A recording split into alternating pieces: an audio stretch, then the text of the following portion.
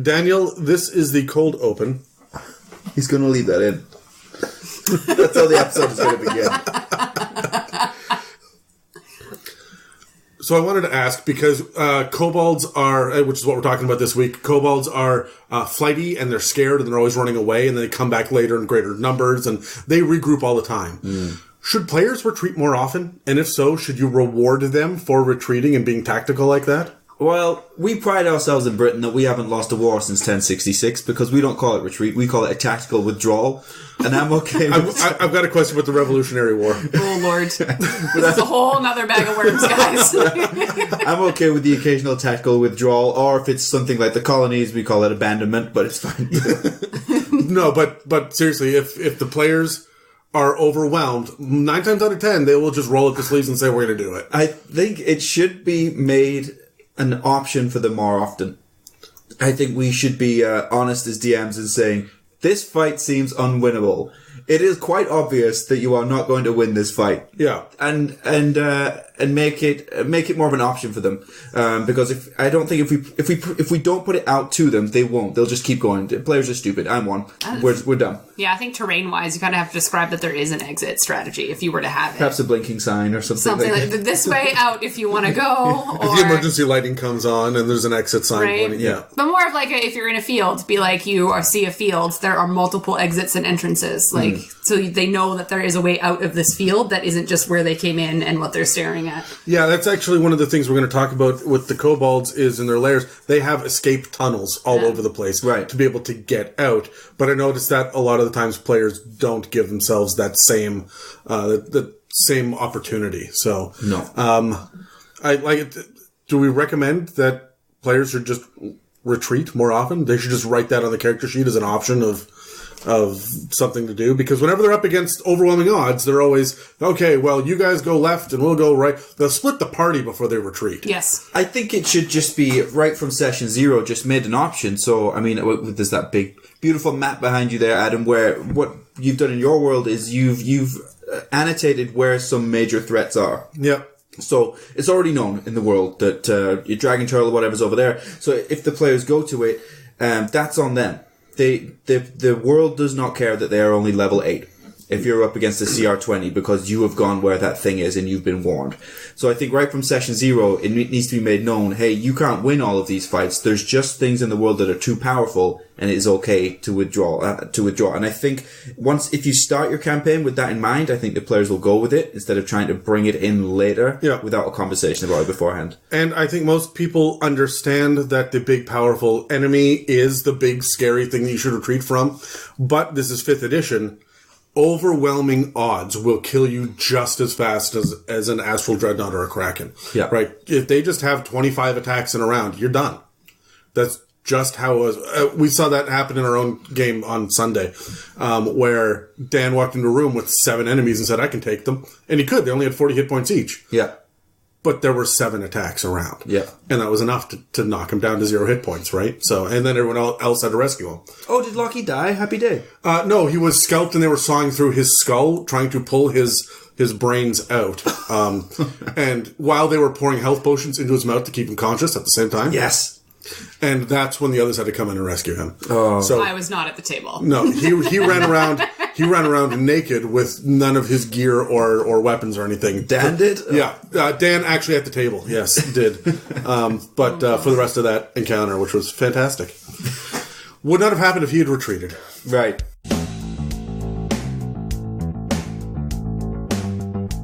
Welcome to It's a Mimic with your DMs, Adam, Megan, and Terry. Welcome to another episode of the It's a Mimic podcast, the Roundtable Dungeons & Dragons discussion, where you never know what you're going to get. I'm Adam, and with me today are Terry and Megan, and we're talking about kobolds. Guys, do you like kobolds? Oh, yes, sorry. Everyone just thinks I'm sitting here by myself now. Yeah. Well, I mean, that's kind of the feel that I'm getting from that whole thing. It's just like, well, this is just you. I think Megan waited for a cue to start the conversation. She doesn't do that with us that often. I just didn't speak, so... Yeah. It's true. I know, I didn't get a chance to warm my voice up before we started, so... I would like to say I am back by popular demand. Yeah. One person. Yeah, because I asked you to come back. Yeah.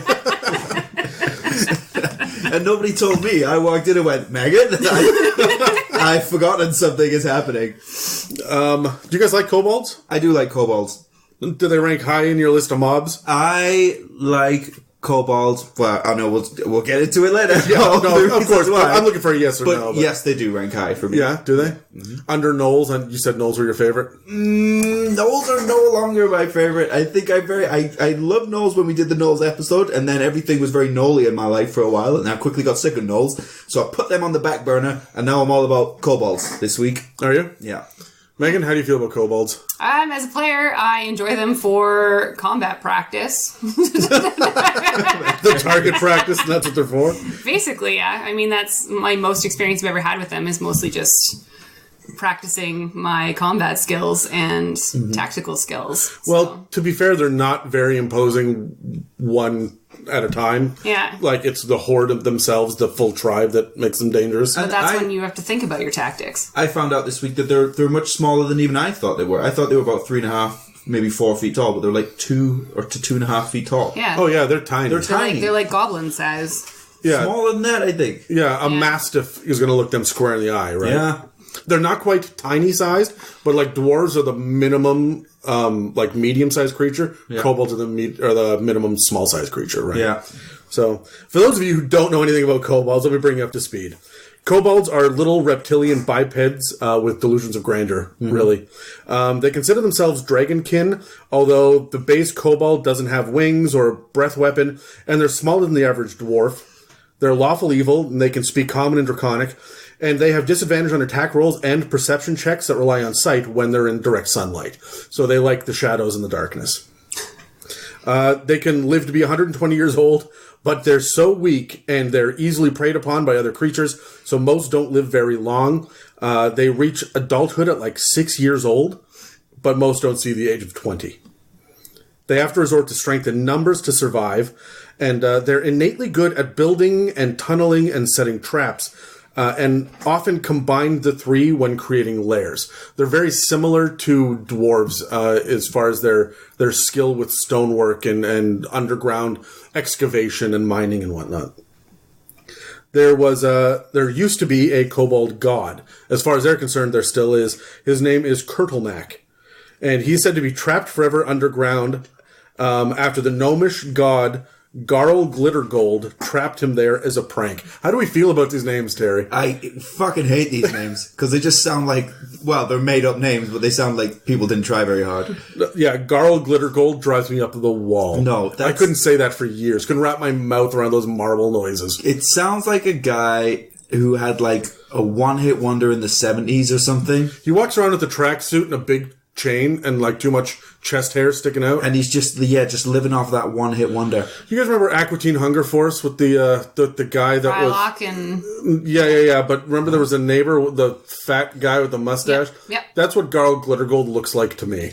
What was it? What's it called? Aquatine Hunger Force. What is that? it was You are from overseas. You're not gonna. this was very much a Canadian. Was it a cartoon. Canadian thing? Yeah. Aquatine Hunger Force. Yeah. Yeah, Google that shit. It's good.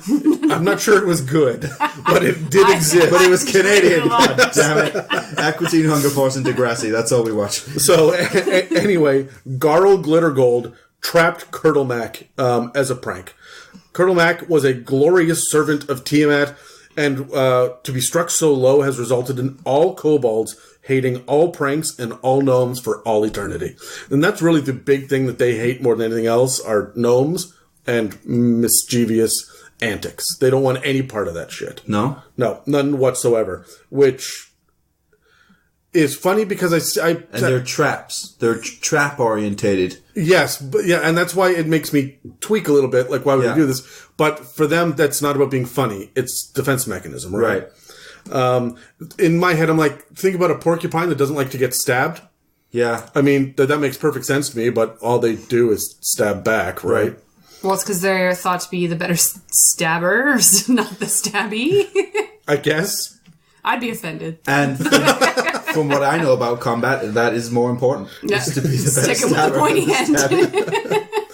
So kobolds are shy and timid when they're alone, and most people consider them to be cowardly, but considering that they're enslaved or eaten by many other creatures, they kind of have an excuse to be pansies and to run away, right?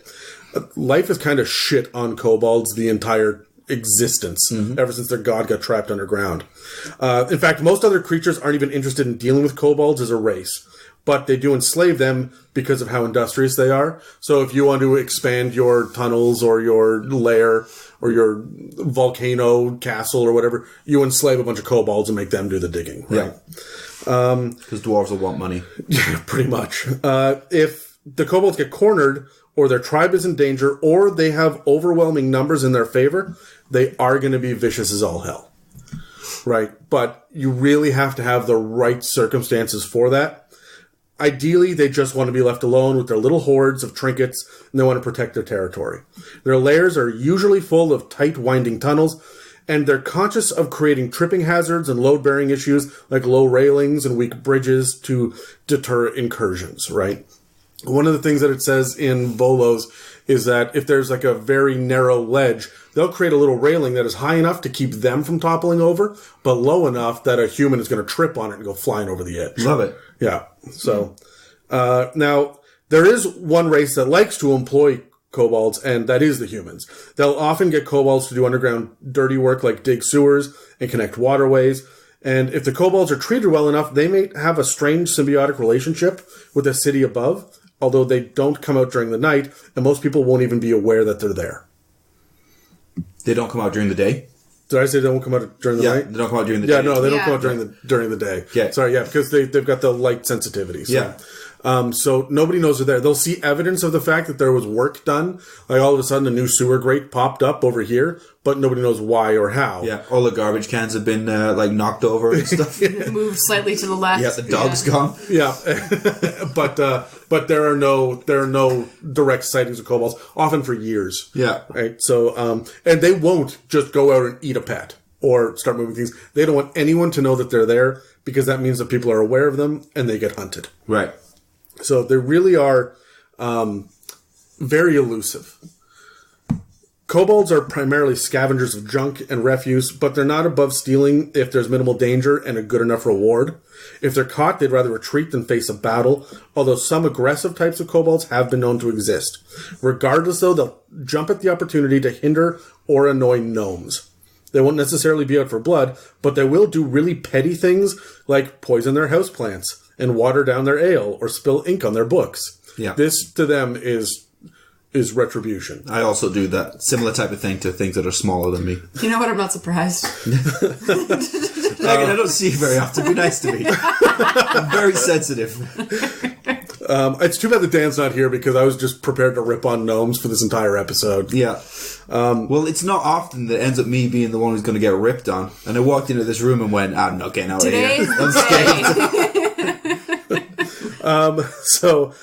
Gnomes have been known to keep a wide berth from kobold-infested areas, but there have been clashes between the races.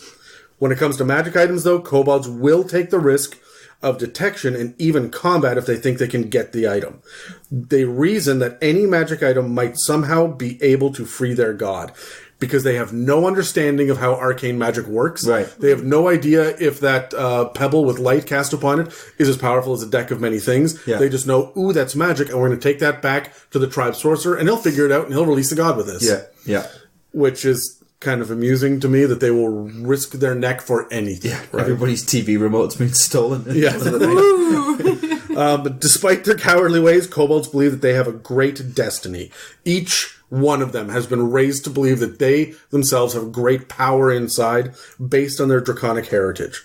Whether or not they're truly created from the blood of dragons is completely open to debate, but they believe it wholeheartedly. Dragons, we discovered or determined earlier in the podcast and in another episode, were warm-blooded, which is why we can have white dragons up in the Arctic. Right. Kobolds are distinctively cold-blooded, but they kind of look like little anorexic dragons, don't they? Yeah, they do. Yeah. But they used to look like dogs, right? Didn't they used to be more humanoid? Yeah, but yeah, they were dog people or in like earlier editions of D&D. Yeah. Okay. They were like little terrier people. Oh. So kobolds now, though. And I was like, are you a dog person? I don't think he's a cat person. They are in awe of chromatic dragons, and they serve them blindly as if they were gods. And while they don't worship Tiamat directly, they do acknowledge that she was the master of their god. Some kobolds are natural sorcerers, and they see this arcane magic as a link to their draconic ancestry. This means that they tend to focus on magic that can divine where precious metals are, where items are, magic that's used for both combat and mining, not just one or the other. They don't give a shit about necrotic damage, but Thunderwave might be useful. Yeah. And magic that enhances either material or allies in some way to boost or beef up what they have.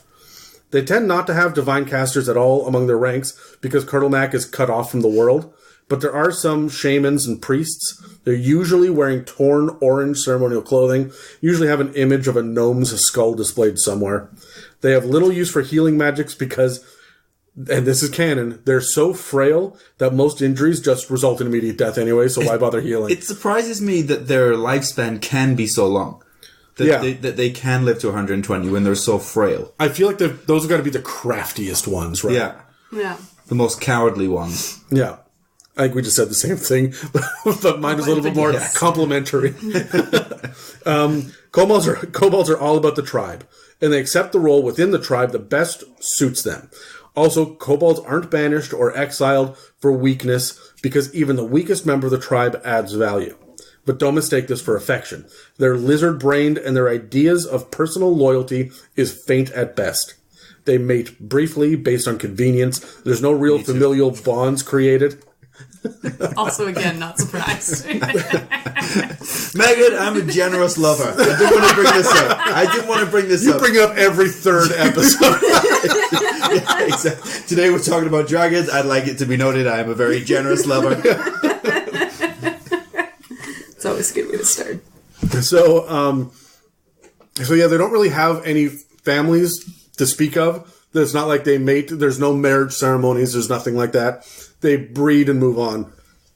The eggs that they lay are considered part of the tribe, and kobolds don't bother to keep track of parentage. Up to 6 eggs can be laid in a clutch, and they hatch between 9 and 13 weeks. In addition, if given enough time, kobolds can gradually change from one sex to another. It doesn't take many of them to repopulate an area because they're able to change their own sex and then interbreed amongst themselves. And it's slow? Yeah, slow? it's not immediate. It takes like weeks. Oh, okay. Imagine meeting one that's halfway through and trying to figure out which direction they're going. No? You know what I'm saying? No, can you please explain that further? Adam said it's a gradual change between sexes. So imagine if you met one that was halfway through and you're trying one to of them just has like a little nubbin and you're like, all right, are we coming or going? It's getting bigger or smaller. Oh Which way are we going? Thank you for that description. Just saying. You meet a kobold, you're like, you got nice eyes and a little button nose, but I need to know which way this is going. I'm just glad that you referred to it as a nubbin. I did. He did. He said nubbin. I said nuttin. Is the nubbin nuttin? No? See, that's what I'm saying. It might be soon. We don't know. It's good to check. Okay, so because they can swap genders, there's no real gender roles in kobold society at all, and everyone is essentially just a cousin of everyone else. Any position can be filled by either gender or someone transitioning between one sex or the other. They believe that Kurtlemak sends their departed souls into the next eggs that are about to be laid, so the concept of death is frightening and inconvenient, but not something worth dreading. Kobold bodies are disposed of them in the most convenient ways possible, and there's no such thing as a funeral.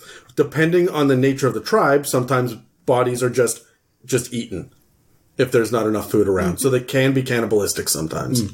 Oh, yes. If an important kobold dies, then the kobolds watch the hatchery and they pull the next egg out so that the hatchling can be groomed for leadership. So they really do believe in reincarnation, and they don't really have any sense of gender or the concept of death. Like, there's no real ending for them. So the concept of I think, therefore I am, like my concept of self, doesn't really apply to a kobold. They're all about the tribe and the horde, and it's a very unique perspective, especially in D&D. Like, they're not so much worried about their own skin. They don't want to be hurt. They don't want to be killed. They'll avoid any sort of conflict, but it's more about an inconvenience than anything else. Yeah, they sound quite selfless, to be honest. Which is interesting. Isn't like the whole concept about like the eggs is that they just hoard all the eggs together and they hatch. They don't actually have, these are my eggs, these are your eggs. No, they drop them off at the hatchery and say, hey, look, I made eggs. these. Yeah. So kobolds going back to work. Kobolds are omnivorous, meaning they eat pretty much whatever they stumble upon, and they will try to use every part of a kill for either meat, supplies, or tools. They actually shed their teeth as they age, often keeping displays of their own teeth as status symbol to show their age. Some have even been known to steal each other's teeth to falsely represent themselves. Ooh.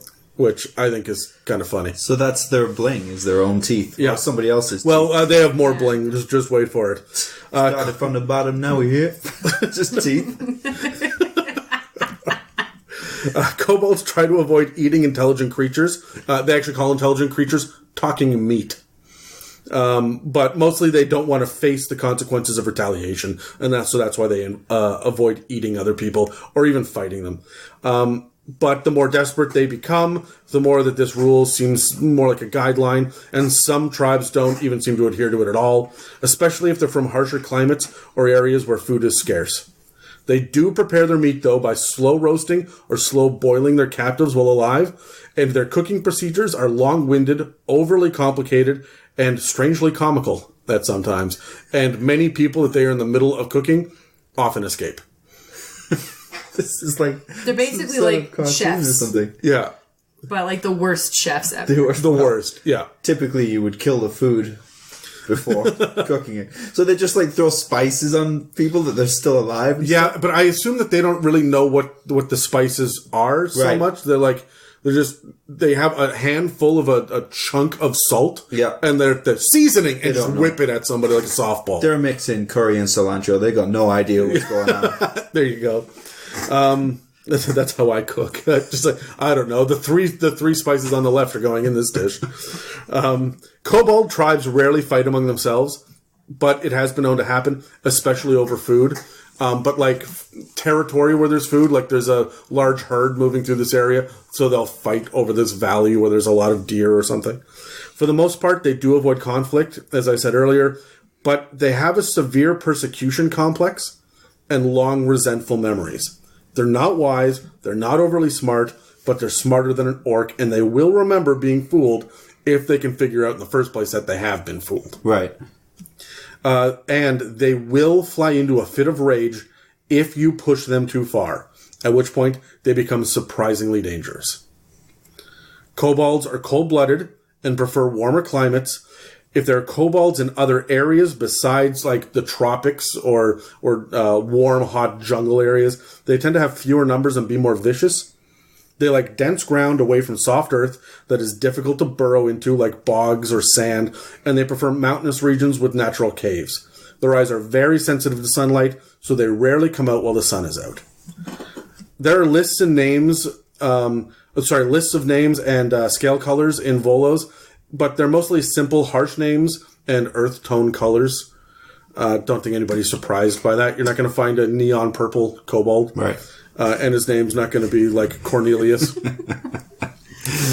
Should be. Write that down. They have great access to gems, ore, and other precious metals and stone. And while they don't have their own currency, they do use nuggets of metal for trade. They're competent crafters, and they make surprisingly good jewelry and trinkets. They tend to focus on portable wealth that can be relocated easily, and they covet their little hoards like a dragon would. So they will mine a whole bunch of metal. They'll mine gems. They'll make a whole bunch of really nice bracelets and amulets and necklaces and rings, and they'll cover themselves in it so that they can just book it with all of their gold immediately. Yeah. So that's what I'm able to find on the society of kobolds and kind of their social structure. You guys have any thoughts on that before I start asking questions?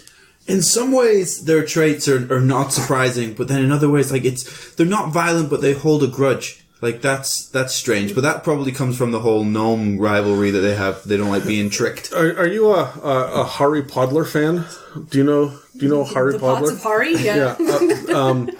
I don't even try to say it properly because Terry yells at me when I get it wrong now. I will go with Pots of Heart. Of course. But are you a Harry Potter fan? As you say in North America?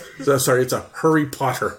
Am I closer? It's closer. Oh, I'm not even going to try. This is not worth my time. There's Dobby, the house elf. But remember, there was like a cranky old house elf too. Yeah. He was a right dick. Right, but I figured that's what a kobold is. As far as they're not going to raise a hand against you, but they'll remember every little slight, and they're probably going to piss in your soup. Yeah. Well, I also feel like it's their environment that they grow up in too. Like depending on who they're worshiping, or if they are a follower, or if they are a slave, or what they are. Like that also will depict what their mob mentality becomes. Yeah, but I still feel that it makes a big deal in Volos about how much they will hold a grudge. Yeah.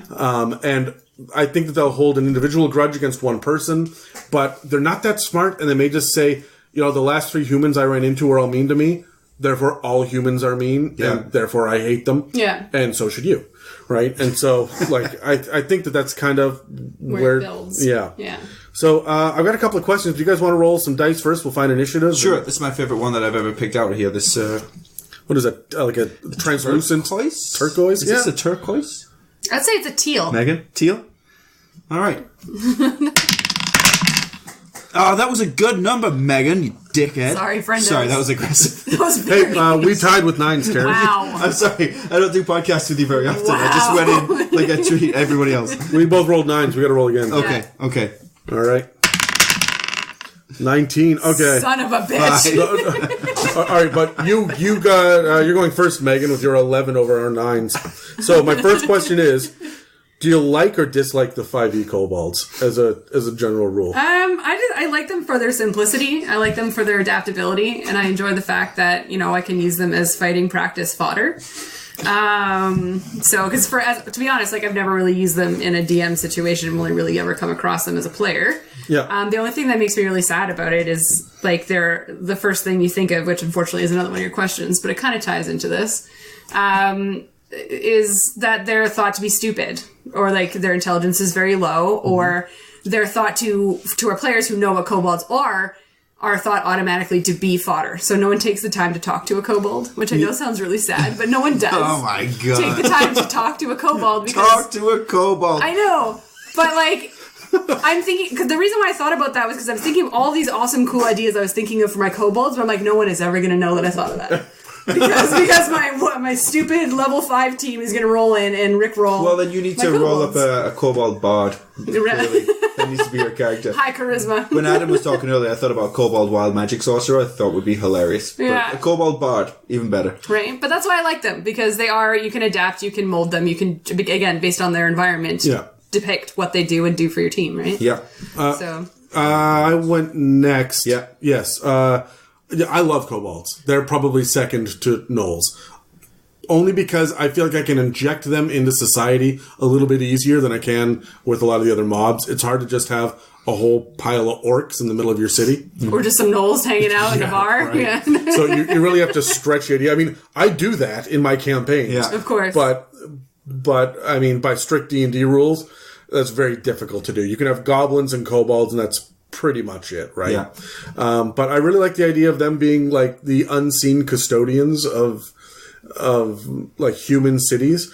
And when you're wandering around and you see that there are not a whole lot of gnomes in the city, there's a lot of halflings and elves and dwarves, but no gnomes. There's probably kobolds around somewhere. You just don't see them because it's the daylight, and they're probably hiding until the evening, right? Yeah. So, I don't know. I really do like them. Terry, what do you have? I do like kobolds. I thoroughly enjoy their pact tactics that they have, and I'll use that as part of my tactics talk later. But what I don't like is that their wisdom is so low. I agree that they're not academically intelligent, but I think from the way that they use their traps, their society and the perception of the world they have around them, I think their wisdom should be higher. I think they are in tune with the world around them.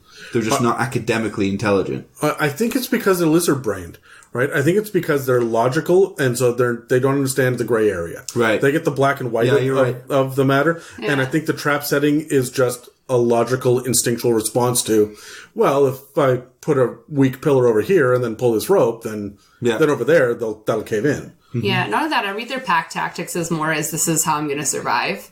Not necessarily I'm doing this because I'm a smart combat. If we all work together, guys. No, I don't think it's like teamwork makes the dream work. Yeah, I don't see like Karen operating this mission. It's more of a. It is definitely more of a survival. We do this because it helps us survive, not because we're smart in any way, shape, or form, right? So. Okay, so my next question is, what's your favorite part of Cobalt Society then? After that big long rant that I did. Sure. Are we going in the same order? Yeah. Megan, what do you got? I would say that my favorite part is the fact that they are very like family life oriented, and I mean that in the sense that it takes a village to raise their kids. Right? A hatchling. A hatchling. Yeah. So I just love that. I would love to lean into that tactic of that. There would be a kobold horde of moms, appointed that you take care of the eggs. You'd like this kind of motif. I just think that's really interesting. I think that it would really mess with the group of players too that were going out to exterminate the kobold infestation under the city. And they find a big room full of eggs and 4 or 5 mothers that are just sitting there turning the eggs over. Nurses, nursing caps and everything. And the barbarian in the group is just going to go on an egg smashing, stomping, crusade through that room. Because they won't take the moment to talk to a kobold. I'm on your side. My favorite part about it is their inability to recognize the power of magic. That all magic is the same to them. There are sorcerers, but that's it. And those sorcerers have just the innate draconic bloodline going through them. Yeah, it says most are draconic sorcerers, but there are other ones. But it's not like you're going to get clerics or bards or definitely not wizards. I don't even know if they're literate. Yeah. Right? So I like the idea of the average kobold just picks up a wand and goes, "What's this?" Looks at it, shakes it, and then blows his own head off. Yeah. The next one goes, "It's the most powerful magic item in the world," not realizing it was a firebolt, and then running away with it, right? Right. But isn't even the concept of the fact that they have divination in some of their people just specifically so you can predict if something is coming to destroy your... depict the future of what's going to happen to your tribe? Yes, it's... Okay, so this is where it gets a little bit weird with D&D magic. Divination is one of the schools. It's a category of magic. Yeah. But it's not divine, God-given magic. Yeah. So, while it is divining the future, it's not a divine gift, right? So, that can be a little bit strange for some people. But they do want to know when danger's coming. And more importantly, where are they going to mine next? Yeah. Is this a good place to dig, or should we go 10 feet over there and do it there, right? So, I just find it interesting that they can use magic, that they would use magic to do that. Yeah, I like the idea of them having little, dowsing rods, but, oh my god.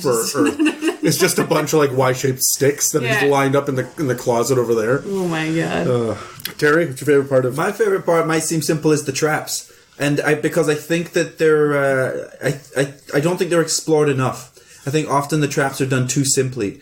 I think imagine generations and generations of these kobolds making these crazy wacky traps. You can get so deep with this. You can think so far out of the box. I want to know all about traps later when we're talking about combat, because that's a huge factor for kobold combat. But that's my favorite part of them is just imagine. I think even their cave networks and stuff should be like a total fun house. I don't think you should just be able to walk in. It's going to be ridiculous. A lot of them have already been set off. There's one kobold just burned to a crisp over at the side, but they don't do funerals, so he's staying there. It was more convenient to leave him half buried, right? But to have a whole society built on this, I think it's so Peter Pan. I love it. I'm imagining the labyrinth. Again, I use this on a regular basis. But when they're walking through and she marks the ground with the lipstick, and then a little gremlin comes up and turns it around and puts it back. Yeah, that's what I'm imagining. Just kobolds. When you said funhouse, I'm just imagining kobolds setting up traps and just fucking up your strategy. I'm thinking of they don't have the ability to make their own mirrors, but they want you to be confused about which direction you're going.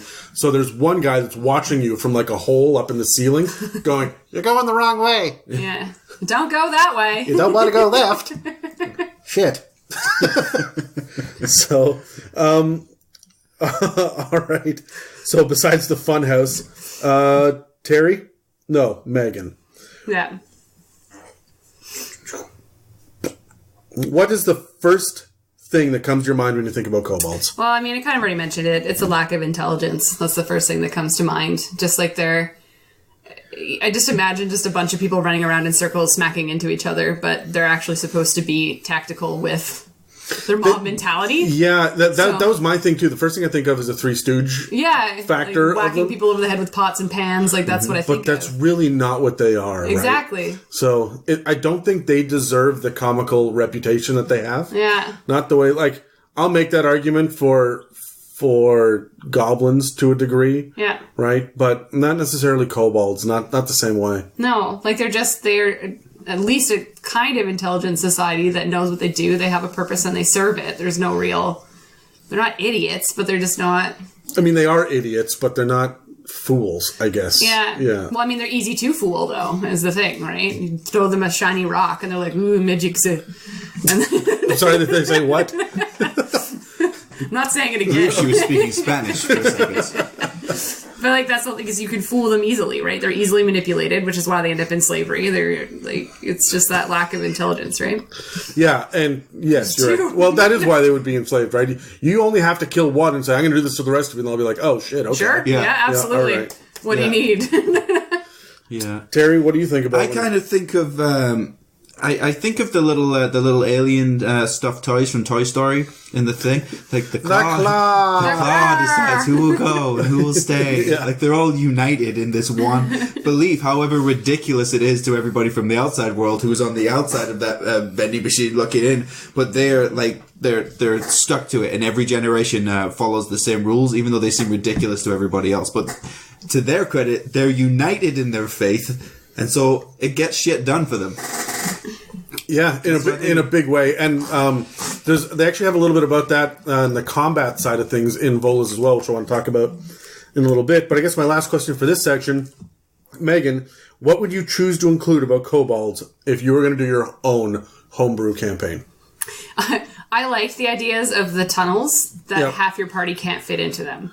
Yes. Yeah. So I feel like that would be a good, like, tactic about kobolds to throw in there, being like, something that you need is within a kobold horde, and none of your teammates can fit into it. So now what is your goal, and how are you going to get in there? Do you make friends with the kobolds? Do you attack the kobolds? I love it because they built their house for them, not for you. Yeah. It's to suit them. Like, and if you go into some sort of staff break room or whatever, all the little couches are going to be small. The shelving units are tiny. Right. The teapot is ridiculously small. But I think that'd be hilarious, because then you have to, as a player, tactically think of how you're going to get into this place you can't fit. Yeah, all of a sudden, the Hobgoblin, the Half-Orc, and the Goliath that were all, like, really proud of themselves up to this point, realize they have to send in the gnome, and that's a bad idea now. Yeah. Yeah, I like that too. Yeah. I would definitely add the idea that of the complex social structure of the kobolds. Yeah. And I would try to bring... How do you bring up the idea of, like, oh, they can swap genders organically into a campaign when everyone's just murdering kobolds as far as the eye can see, right? Yeah. They don't have an opportunity to speak. I feel like every kobold that I would have would get down to the point where they would run, and when they would get chased, and they would hit a dead end, and they would just go, wait! Hands up, freaking out, wait! Hold on. You don't even know me. I'm pregnant. Right? Like, aren't you a dude? Funny story. Funny story. If you capture one, it's like, wait, this is a girl. Yeah. This is a boy yesterday. Let her go. Yeah, She's done nothing. Yeah, I think that you could play with some of the more strange, the more awkward parts of these kobolds. Like, not that the gender swapping is awkward, but it's very different from everything else. And it's going to make the players around the table stop and go, wait a minute, there's more here than I originally expected. Mm-hmm. Yeah. And now I want to know more. And you're probably not going to get to know more, right? They're going to give you as much info as benefits them before they then turn around and fuck off back to the sewers, because they don't want to be a part of this. They don't want to have this conversation. Yeah. They don't want to get involved, right? And they've probably seen their cousins, because they're all cousins, get murdered by dwarves just as much as orcs, just as much as beholders and elves, and like everybody murders kobolds. Yeah. Except for humans and dragons, I guess, right? Yeah. So Well, I mean, he would still do. Something I think that I enjoy, I think, is lost is the fact that they kind of wear their history and they loot things and they're covered. You said earlier they're covered in like rings and little things that they find. Yeah. So that's something you can play with exploration and role play encounters for sure, because they're going to have those clues exposed without realizing it. So you can be like, "Hey, kobolds, have you seen any elves around here?" No. Okay, because you're wearing the elf crown as a belt. So you're kind of letting me know that they've been here, and I think because often we kind of, kill. Oh, he's wearing a sack and he has 3 gold or 3 copper pieces, but he probably doesn't. That little kobold has probably stolen something from somebody that everyone else is sharing the same type of loot, and kind of tells a little bit of a story. So I think how their cave system, how they're decorated, should reflect what's going on in the campaign. Yeah, I like that. I like that a lot, especially if they are hitting if you've got a encounter, you've been set off on a quest to find out why people have gone missing. Yeah, and they've gone through kobold territory and whatnot. You're going to hunt down the kobolds first. And they're going to be covered in the loot, but no, we didn't kill them. Yeah. We found it. And I'd be like, well, you're wearing little Jessie's red shoes. She's the little girl that's gone missing. Dragon feet. Your little dragon feet. They're as gloves, they're not working properly. But it's not their fault. The manticore ate the people. Yeah. We just sift through the poop and take the items, right? Delicious. Exactly. Yeah. So, anyway, that brings us to an end on the society. Any final thoughts before we move on to a commercial? Someone just talk to a kobold. That's all I want. I think forever now, every time I'm in a campaign, if I run up to a kobold, I'm going to talk to it. Talk to a kobold, and DMs, give them something a little bit more interesting to be wearing as well. Tell a tale with their loot. Them kobolds. Nurse kobolds. Hey guys, Dan here with Adam. Normally this is a commercial spot, but because year 1 of the It's a Mimic podcast has surpassed all of our expectations because of you guys and the interactions we've had with you guys, this community that's built up around this podcast, we really wanted to reach out to you guys and give you kind of a taste of what year 2 is going to be like. It's going to be even better. So normally we do lore episodes, and what we're going to do now is we're going to start looking at the popular campaign settings that have been published already for 5th edition. Our world building series that we've had through year 1 is changing to be a breakdown of the races in Dungeons & Dragons 5th edition. Yep, we're still going to do class breakdowns because we're not even halfway done the subclasses, so each class is going to get even more subclass breakdowns as we go. Some of them will even have 3 or 4 episodes because of how many they have. Oh yeah. We're going to be changing our coverage of the mob mentalities and changing it to portfolios as we break down some of the big monsters in D&D. Yep, we're also going to take our dungeon mastery episodes and we're going to focus more on mechanics and the nitty-gritties of the game and how to use them in session. We are also still going to be continuing with our really popular Dragon Mastery episodes, but instead of covering all the chromatics, now we're covering the metallics and more. We have more actual plays coming, including sequels to some of the stuff that we've already put out there. We've got more giveaways coming this year, more mailbags, and more random specials. But most importantly, the thing that Dan and I are the most excited about is this second show that we are building. It's called The Campaign Builder, and it's Adam and I with our 2 completely different DM styles, kind of building inspiration for a campaign from session 0 to the very end. We're going session by session, tier by tier, level by level, encounter by encounter, idea by idea, even if they suck. Yes, even the bad stuff will be in there so you can hear our foibles and how much that we are just as human as you. We also want your interaction. It's going to be a highly interactive show, and so it's going to be on the same channel. It's going to be an additional episode on the channel every week, so you're going to get to hear our voices twice. We're not apologizing for that. You're welcome. But you know where to find us, okay? But your friends don't.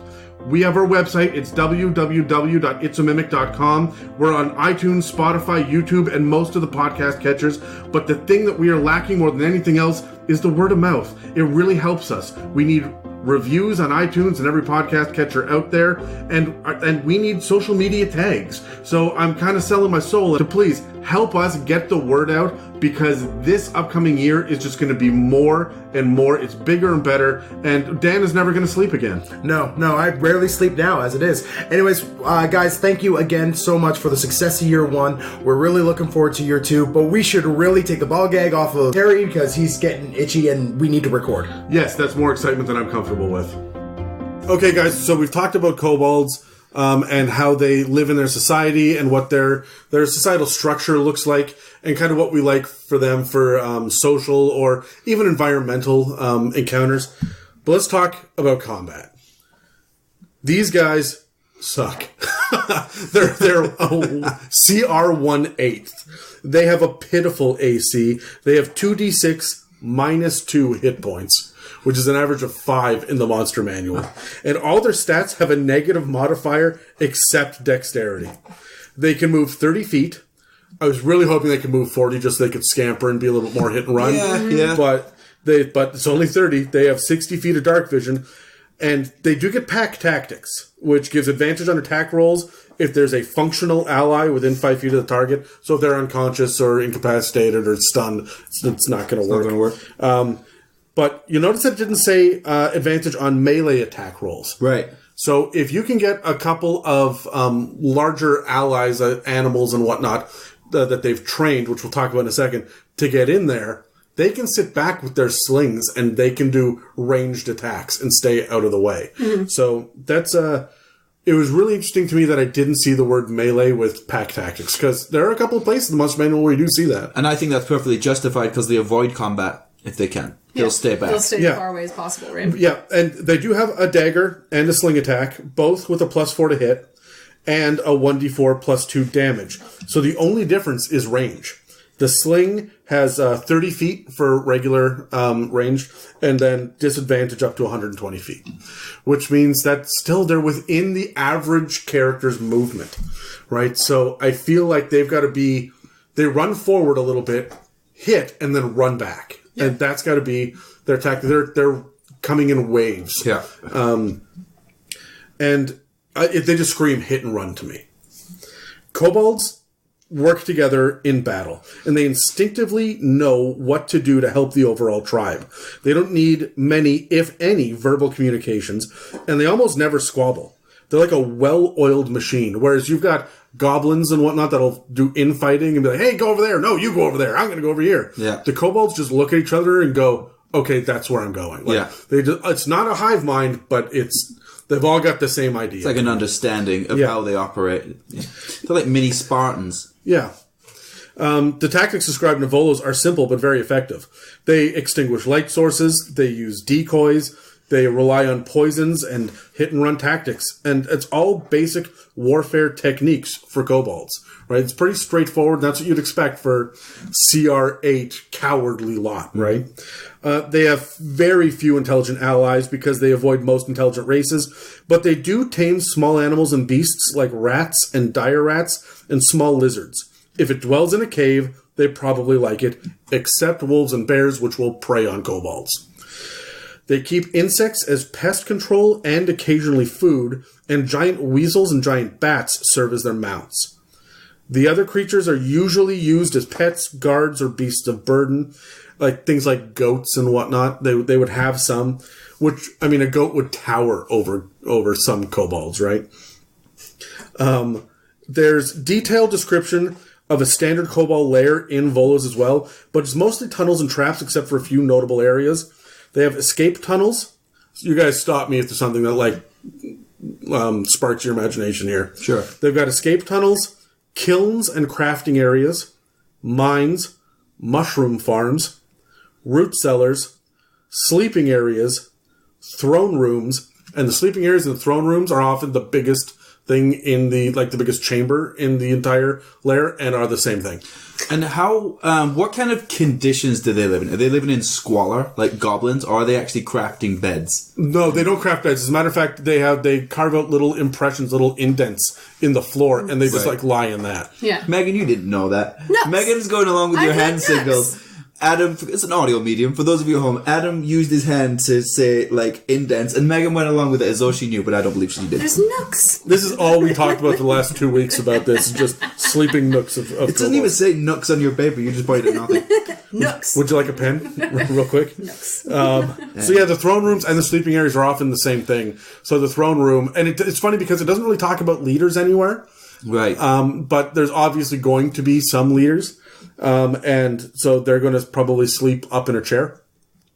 And everybody else sleeps in these little indents on the ground. But there's no, they're not ambitious, right? They're not trying to overtake the leader. No, they're there for, no, they're absolutely not, because that would be bad for the tribe. Yeah. Right? And the idea that if an important leader died, the next hatched, or the next laid egg will have the soul of the leader reincarnated. And then they take that and they groom that kobold back up to it. They want their leaders to constantly be in power. Right. They're not really power hungry like bullywugs are always murdering each other for power, right? They also have shrines to Kurtlemak, and they have lots of, it's funny because they really take the time and the effort to talk about the number of deep pit toilets that they have in kobold lairs, where there's just these little dead ends with a great big hole, which I guess they squat over. Right. And that's in canon now. Interestingly, Delightful. there's nothing that's set aside for their animals. So you may have to add something in there for like pens or whatnot. I'm assuming they're not sleeping with their giant weasels, or like the bats aren't dropping guano upon them in their eating areas, right? So you probably need to... Well, from what I understood, like, their living spaces are very segregated. Like, they sleep here, they eat here, they make babies here. That's how I kind of understand it. Yeah. And there's like It's very specific. 20 to 40 feet of tunnel between each room. Yeah. So, like, yeah, to your point, like, they don't really have, like, place for their animals, but they probably have, like, a room that this is designated to where they would house those things. What are their, if they have any, what are their, vices? I mean, we do caffeine, alcohol, ketamine, whatever you're into. But I mean, what did they do? Did they I'm just picturing now like a cobalt opium den. Yeah, It's like the best thing. but that's a legit like. Oh my god. This is the relaxation circle.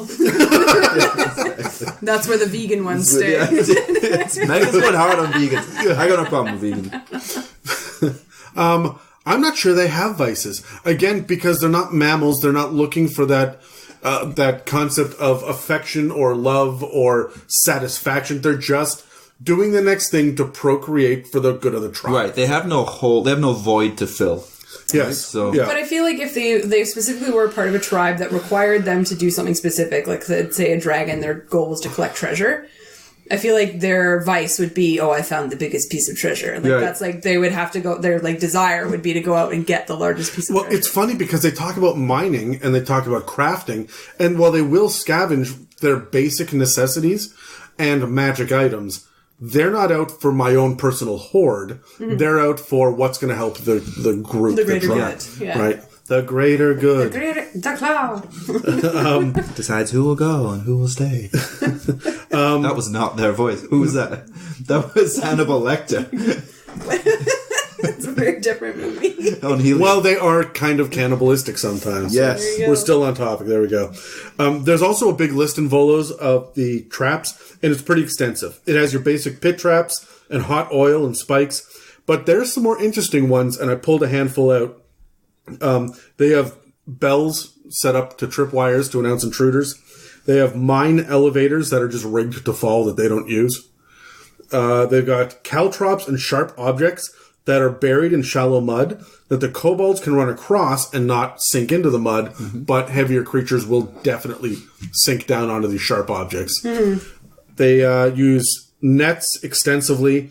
They have crates of centipedes that they will break open and just like release centipedes. Just imagine a bunch of kobolds riding a centipede. Well, this is. Well, they have giant centipedes. Like that's actually a stat block in the back of the monster manual. Oh my god! Yeah. So they absolutely could, right? I like it. This is how I imagine kobolds and their traps. Is not because they're not killers really. I mean, they'll try and kill you to defend themselves, but it's more if you're going into a kobold den. For me as the DM, I'm just going to try and piss you off as much as I can. Like, I'm not going to hit you with something and set you on fire. I'm just going to tar and feather your barbarian. And then he's going to walk around like that. Yeah, absolutely. It's nets and snares and weak bridges that they can run across, but you can't. They're going to have to murder the party. The first time that the paladin steps on the bridge, he's going to hear the crack under his foot and stop. And now you can't go any further, right? Yeah. They've got... My favorite one, though, was they have spikes with diseases. I don't know what that means. Well, they use poisons and stuff like that. No, it specifically said diseases. Oh, God. So I'm not sure. It's just like they just rub smallpox. I was going to say smallpox, smallpox. Yeah. We call this the malaria cave. Oh, Lord. So I feel like now they would have a giant map on the wall of just all the different things that are in their malaria tunnel. Like a Home Alone map? Home Alone With map. the battle plan? Yeah. I love it. Tar and feather corner. Tar and feathers, that's it. And even their poisons. a little poster at the bottom. Find more chickens, need more feathers.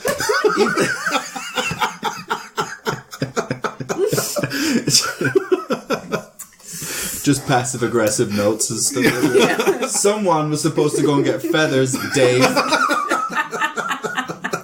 So now all we have is tar. Yeah.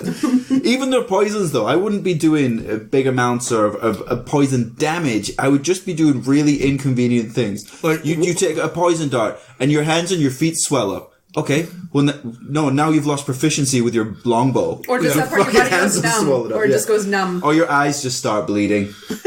That's more than inconvenient. That's an issue. No, but it'll be like 1d4 bleed damage every minute or something. Just deal with that. Or, even this sounds stupid, you just have a bad reaction and just 3 minutes later you shit yourself. And now you have disadvantage on stealth checks. I love the idea of you getting hit with this thing that you're just allergic to, and you just can't stop sneezing. Like your eyes. But it's just a regular like bee sting or something. Yeah, right. Yeah. I'm allergic to bees. Just a wad of peanut butter comes flying out.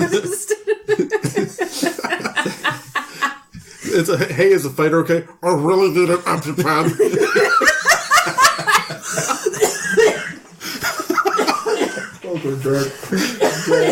Megan's dying. God damn it, Megan.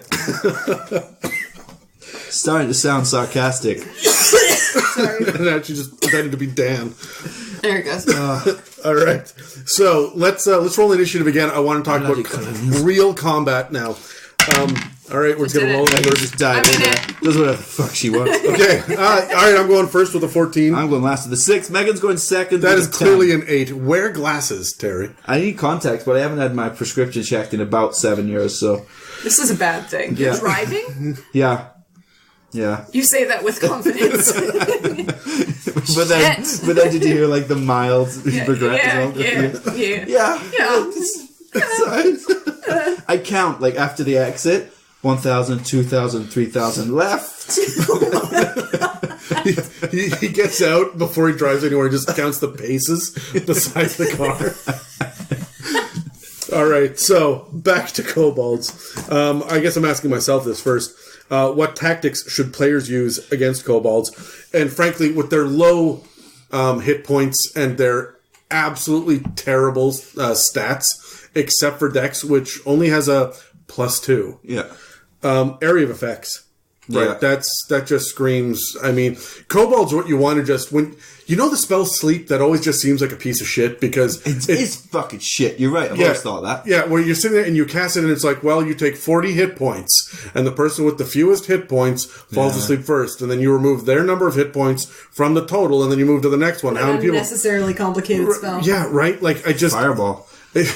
But kobolds are what the spell sleep is made for. Just put them all to sleep. Oh, I bet it's so cute.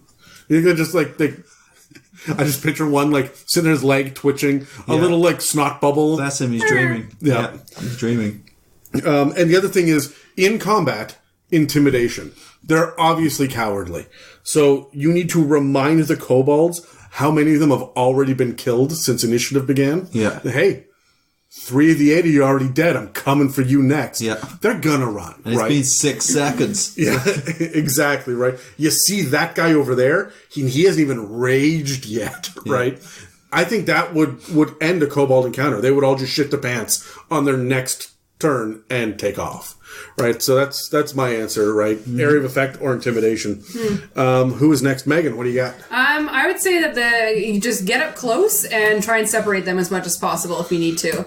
We learned that they don't have the bonus on melee attacks, so this is where your fighters would get up close so that they don't have the ability to have that bonus, as well as just separating them so they don't get their Pact Tactics options. So if you have movement abilities or abilities that after you hit you can move character, that kind of stuff, just start separating them. Yeah, your area of effect, like your grease stuff too, is anything that's going to make difficult terrain to separate them from closing the distance would work as well. Because they can't run from you, technically. They run the same speed that you do, so if you close the distance, then they are more beneficial to actually just end it. So Do you have anything else, or is that No, that's pretty the much big it. one? Yeah. Terry, what do you got? Countermine the traps is my big idea. They have their go-to practices that they're going to do, and they can't really think outside of the box because they think their plan is already set. They have all of these crafty little traps.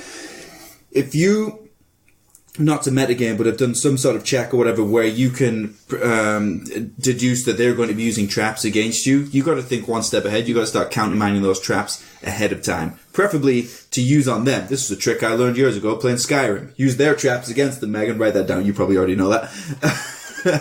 So countermine traps early is my big piece of advice, because then you're manipulating the battlefield and the environment to what you need it to be, and they have nothing left after that. Did you know that the only way in 5th edition, the only official way that you can set a trap is if you have sleight of hand and thieves' tools? You can disarm them with one or the other, but if you're proficient in both, then you can then take that trap and re-engineer it for yourself. No, I hear what you're saying there, but I just mean try and find some way to set it off. Like, if you're in the middle of a combat, Thunderwave, for example, is going to set a tripwire off, or it's going to set something off, or the big swinging log is going to come down. And if you can do that when you want it to happen, not when they want it to happen to you, you'll be able to change the battlefield to how you want it to be. Yeah, that's a good point. Do you think that you would use like Mage Hand or Tensor's Floating Disc or something like that?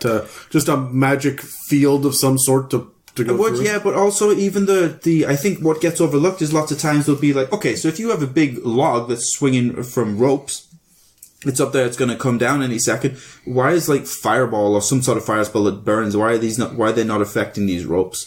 Why is Thunderwave not setting off the tripwires or whatever traps on the door? Well, that's gray area. It does specifically say on some spells, and I want to say it's like Control Flame or Produce Flame, where it says flame and not fire.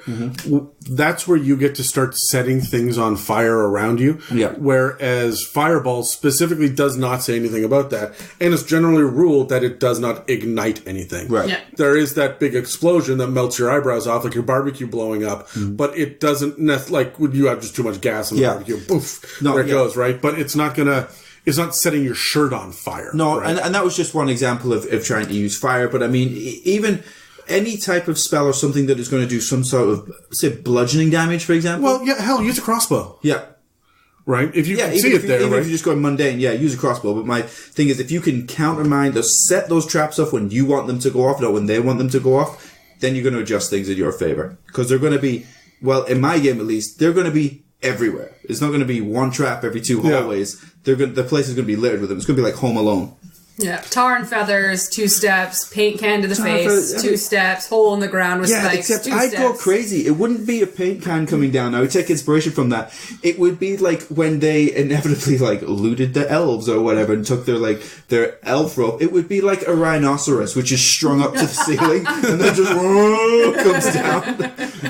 That they forgot to feed it for the last 2 weeks. No, also it's just Dead rhinoceros just gores you into the wall. That would be an awesome clue, though, if this map did exist. You have a post-it note that says "Feed the rhinoceros." Yeah, But it's spelled wrong. but it's falling down and it's like on the floor. Your perception check of 20 saw that. The kobolds obviously. If you get a checklist of a to-do list for the kobolds and feed the rhinoceros is not being checked off yet.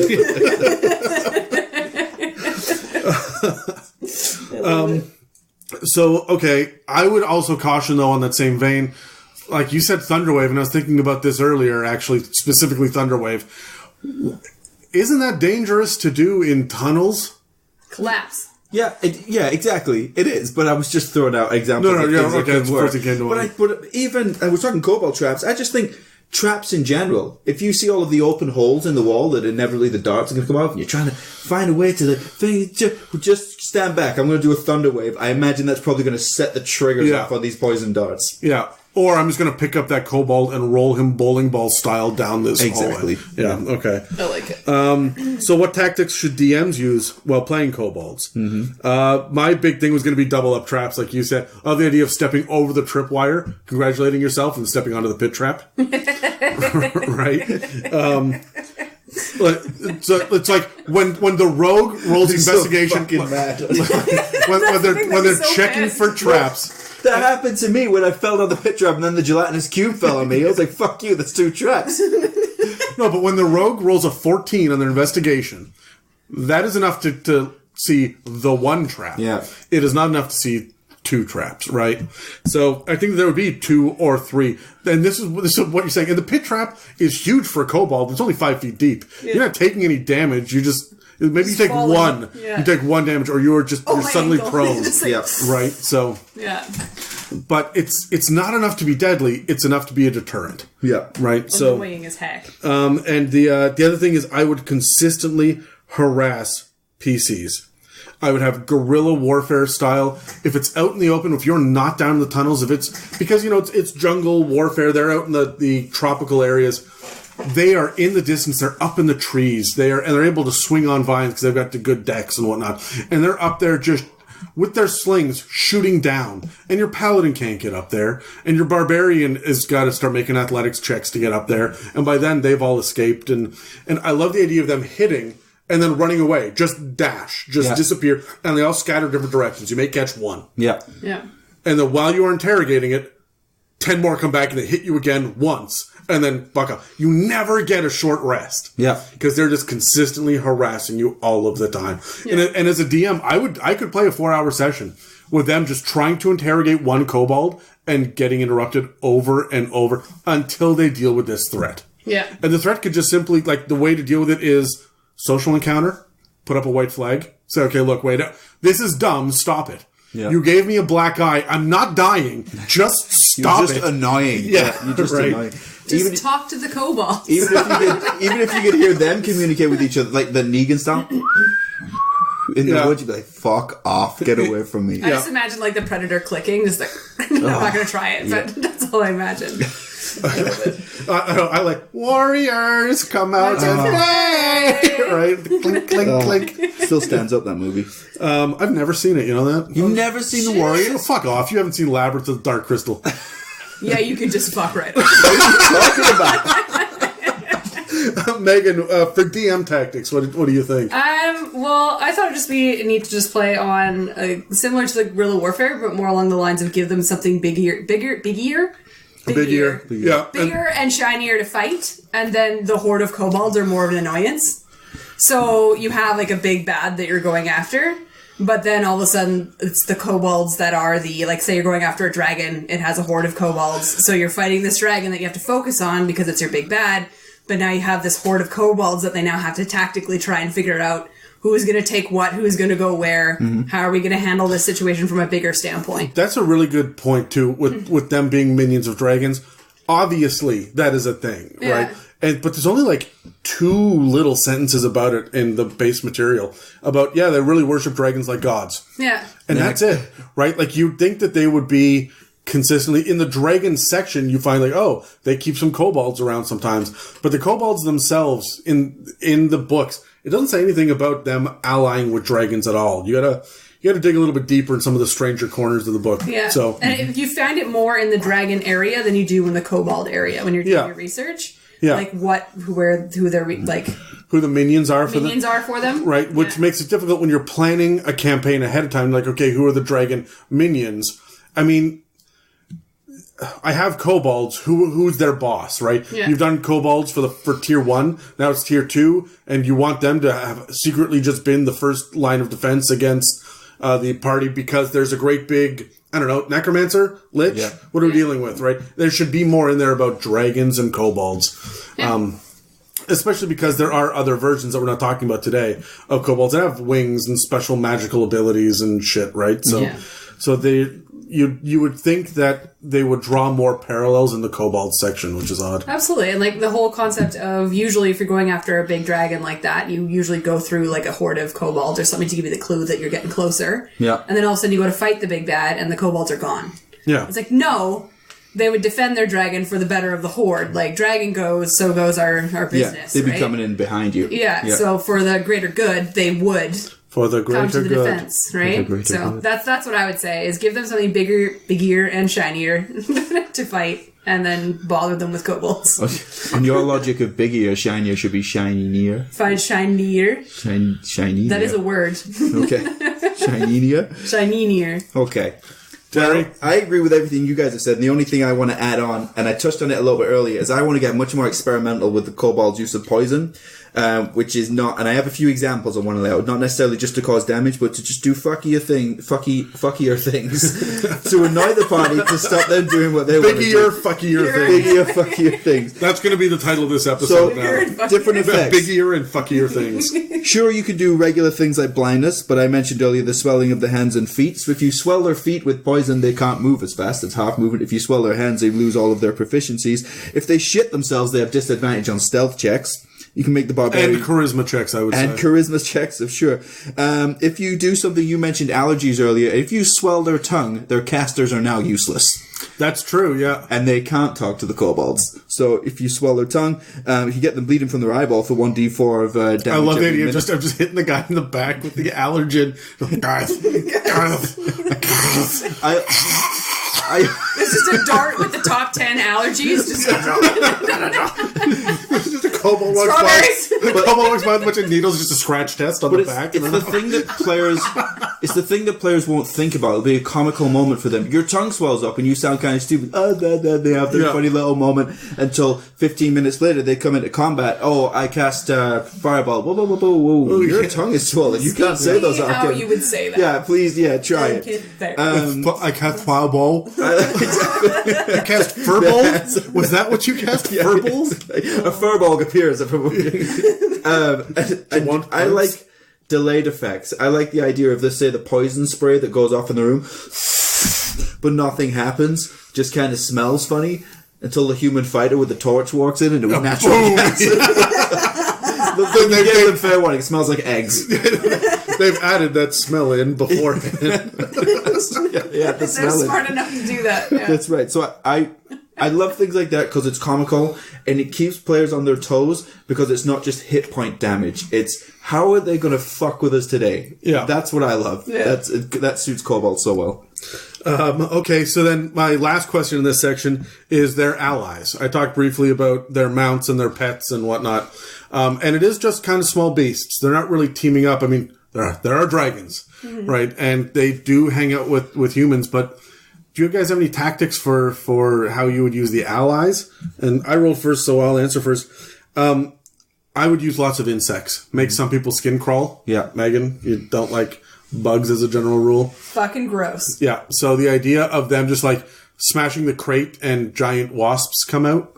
I was going to give I have it even in my notes here the same thing, but I was going to say aerial combat, just dropping jars of wasps, giant wasps. Oh yeah, no, but that's really cool. I like that, especially from on top of their just backs, wasp grenade, right?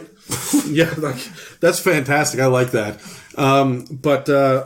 Use more insects. I like the idea of the ground appears to be moving upon closer inspection. It is 10,000 millipedes. Yeah. Right? And you're just getting hit by swarms consistently. Yeah. You're never going to be able to kill them all unless you light the ground on fire, but you got to get through the room somehow, right? So I like the idea of a lot of kobolds riding one giant snake. I was going to say the centipede. Just yeah. And I would encourage them to use decoys where they have like a weak and pitiful kobold in the middle of the room going, oh no, they're coming, ringing a bell. Go, no. Yeah. And then they get in, the door like caves in behind them, and then the kobold has an easy escape route that the others can't fit through and just like ducks down a hole. Yeah. Right? Caving in the hole behind him as he goes. Oh, like coyotes, they do that. Yeah, and so now you have this room that you're trapped in, and God knows what's coming out of the woodwork there, right? Like, what traps are in this room? How do you get out? And you can have an, like, exploration encounter in there, or even drop your rhinoceros or whatever, like the bigger, angrier bad guy, the ally, into that room. Yeah. Maybe a massive spider that they feed a kobold to once every 3 days. Stupid. Right? For the greater good. They have volunteers for it. Yeah. What about the idea of, even if the DM rolls beforehand, what about the idea of the traps don't always work perfectly? Are they master crafted traps, or sometimes they're just not going to work right? Apparently they are master crafted. Like, it really does say that these guys are really smart. I think goblins setting traps, I don't know, roll ahead of time, see if they're going to go off. But if kobolds are doing it, I mean, that's their jam. That's the thing. That's what the whole tribe has worked towards forever. And they put the right people in the right jobs. Right. So it's not like they're going to have the kobold with the dunce cap making traps. He's going to be farming mushrooms, right? Mm-hmm. So I feel like... I like this one. This one for the sack and one for me. Right? And just, but I like the idea of there being, they have to be the best trap makers out there. Yeah. Right? Even better than your party's rogue. They've got to be better at traps because the rogue has got to be able to not be able to disarm some. So if it is like, oh, hey, it's the trap, and the trap is just like a clay pot, God knows what's going to come out of it, and then they trigger it and it just kind of crumbles. Yeah. That's going to take away the urgency or the weight of this kobold encounter that you've been building to. So, Megan, what do you have? I kind of leaned into a similar aspect, but more along the lines of taking advantage of their mounts. In the sense that use them for their escape plan. So should something go awry, their traps aren't working, the humans are coming, this is the end of it. They have like little tiny escape tunnels, and then they're guarded by mounts, or like literally, if you think of a tiny tunnel, like 10 mounts in a row, and then their escape, right? I love the idea of them getting back up to the surface, and if you can get out in time. You remember Lord of the Rings when they're heading to Helm's Deep, and it's had like the long lineup of people walking single file? Yeah. But now it's just giant weasels and dire rats and goats as far as the eye can see. Exactly. With kobolds. Yeah! Faster! Go! Yeah. I like how that's the voice we have for them. But I just thought that would be neat, is like you go through this whole tunnel, you lose the kobolds, and all of a sudden you're face to face with like these mount creatures of any kind just randomly hanging out in this tunnel that you are probably too large to fit in the first place. Yeah. And now you're stuck there with this. I can fit, but these 9 goats won't back up. Yeah. Because in my mind I was like, what is going to defend them if they can't defend themselves? And it's going to be their mounts. They'll throw those things out first, right? Yeah. So, yeah. Terry, what do you have? Didn't I go already? No, you added on to me saying insects. You said the last. I jumped my turn. Yeah, okay, did you? Well, I like the idea of them being up on giant bats, whipping these aerial grenades down. I think it's a lot of fun. Yeah, but it doesn't have to be just insects. It can be like hot tar and like little areas of. They're throwing down these clay pots full of caltrops. Yeah, right, or just broken glass shards. Right, so they throw it down and it shatters, and now there's difficult terrain that does damage in this area. Yeah, right. So it's just. I feel like the kobolds are just going to annoy and needle your players to the point where they give up. And if you know when you said before that if they come across magic items that they're fascinated by, if they've figured out what it does, even just using that, like I have this idea of like a cursed diamond or something. They'd just be like, in a jar, and they're throwing diamonds at us. I don't know. Ooh, diamonds! Someone's gonna pick it up. It's a sentient cursed diamond. Oh no! Fuck. There's a freaking pit fiend inside of it. Like, the kobolds are just. It's a small green statue, but pick it up.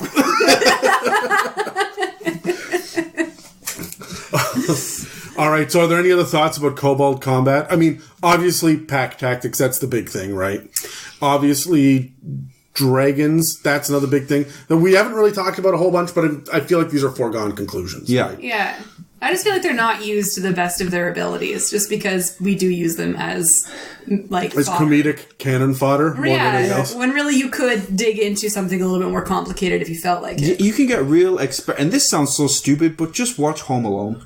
So they just take some ideas, just replace the paint cans with the rhinoceros. You should watch The Labyrinth. And just Yeah, you really should. For the 9th episode in a row, Terry, watch Labyrinth.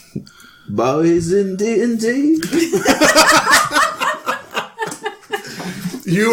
I would like to watch you watch the Labyrinth movie. Could this because be an evening? Yeah, it feels like we all need to sit beside the TV and just watch Terry's reaction. Well, I just have my fingers together like this. This will be a reaction YouTube video. Well, this doesn't even make sense. I hate it.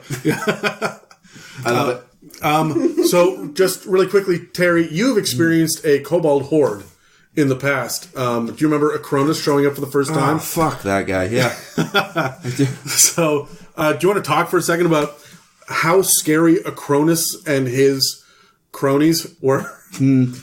I don't remember the situation. Exactly how it happened. All right. Sorry, no disrespect to your game, Adam, but there are thousands of fucking things that you do to annoy me on a weekly basis. Okay, this was a while ago. This was about a year and a half ago, and Acronis was the. I remember blood. Something to do with dragon blood. That's all I remember. Much later. Much later. The initial encounter was you guys were trying to get into a walled city that had been walled off and abandoned, and you were running through the farmers' fields as thousands and thousands and thousands of kobolds were coming at you. Oh, we ended up in a barn or a house. You ended up in a farmhouse, and all your NPCs ended up in a neighboring barn. Yeah. And they had barricaded themselves in, and you guys had a whole bunch of different windows that you had to barricade or shoot out of as these. Every time you killed one, 3 more would step forward. Yeah, Jamie thunderwaved me. That's all I remember about this encounter. And do you remember Jess ended up teleporting to the top of the barn by herself? Yep, I remember that. And leaving the rest of you behind? And a dragon came. A dragon did show up. Yeah. But do you remember how terrifying, like, you guys were going to just straight up lose that encounter? Yeah. That dragon had rescued you. Yeah. How? Do you remember how that went? It was just pure action economy because of the amount of people that they had. I remember we barricaded the windows and then we were making our way upstairs. Jamie thunderwaved me, and I don't remember much after that. I can tell you because I keep pretty extensive notes. Okay. Obviously. No one is surprised by that. You guys managed to kill 296 kobolds in 7 rounds. Not me, I was the champion fighter. But well, you ended up standing. You ended up standing at the top of the stairs because it was a bottleneck. Yeah. And you were fighting them coming up, but every time that you would kill 2 more would step forward, and then the 9 behind them would also get to hit you with their slings. That's right. And so you were just getting pelted with these little ball bearings. I was getting stoned to death. Yeah. But they were often just plinking off your armor because they only had a +4 to hit. So you had an AC of 17 or 18 at the time. Yeah. So most of them were missing, but it was enough to the point where you had to pull back and retreat just from the concept of overwhelming numbers. Right. But a level 8 party lasted 7 rounds, killing 298, and we're still losing. Mm-hmm. That's the level of horde that I think of when I think of a mob. We've been talking about mob mentalities and mass combat and how do you put them all together for months now, right? This is the 6th one of these episodes. That's always what I think of what is a proper mob and how scary is that horde. And my math breaks down to level 8 party, 298 kobolds. There it is. Yeah.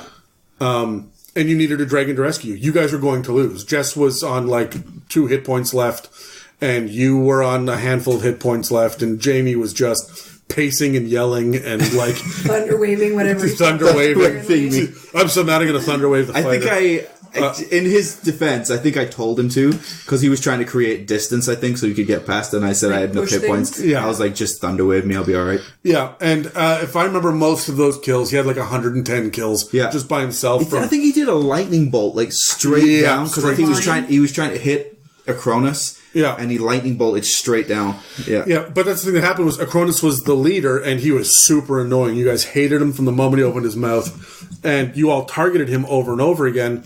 But every time that he took any damage, everybody else, because he had more hit points because he was the leader, everybody else would then jump in the way. And he was there was a mound of kobolds. Yeah. All moving and writhing. Mr. President! Yeah, and they were all doing that. And he was in the very middle of it. Yeah. So that everyone else would get hit first and their leader would survive. And then they ended up dragging him away with 2 hit points left when the dragon showed up.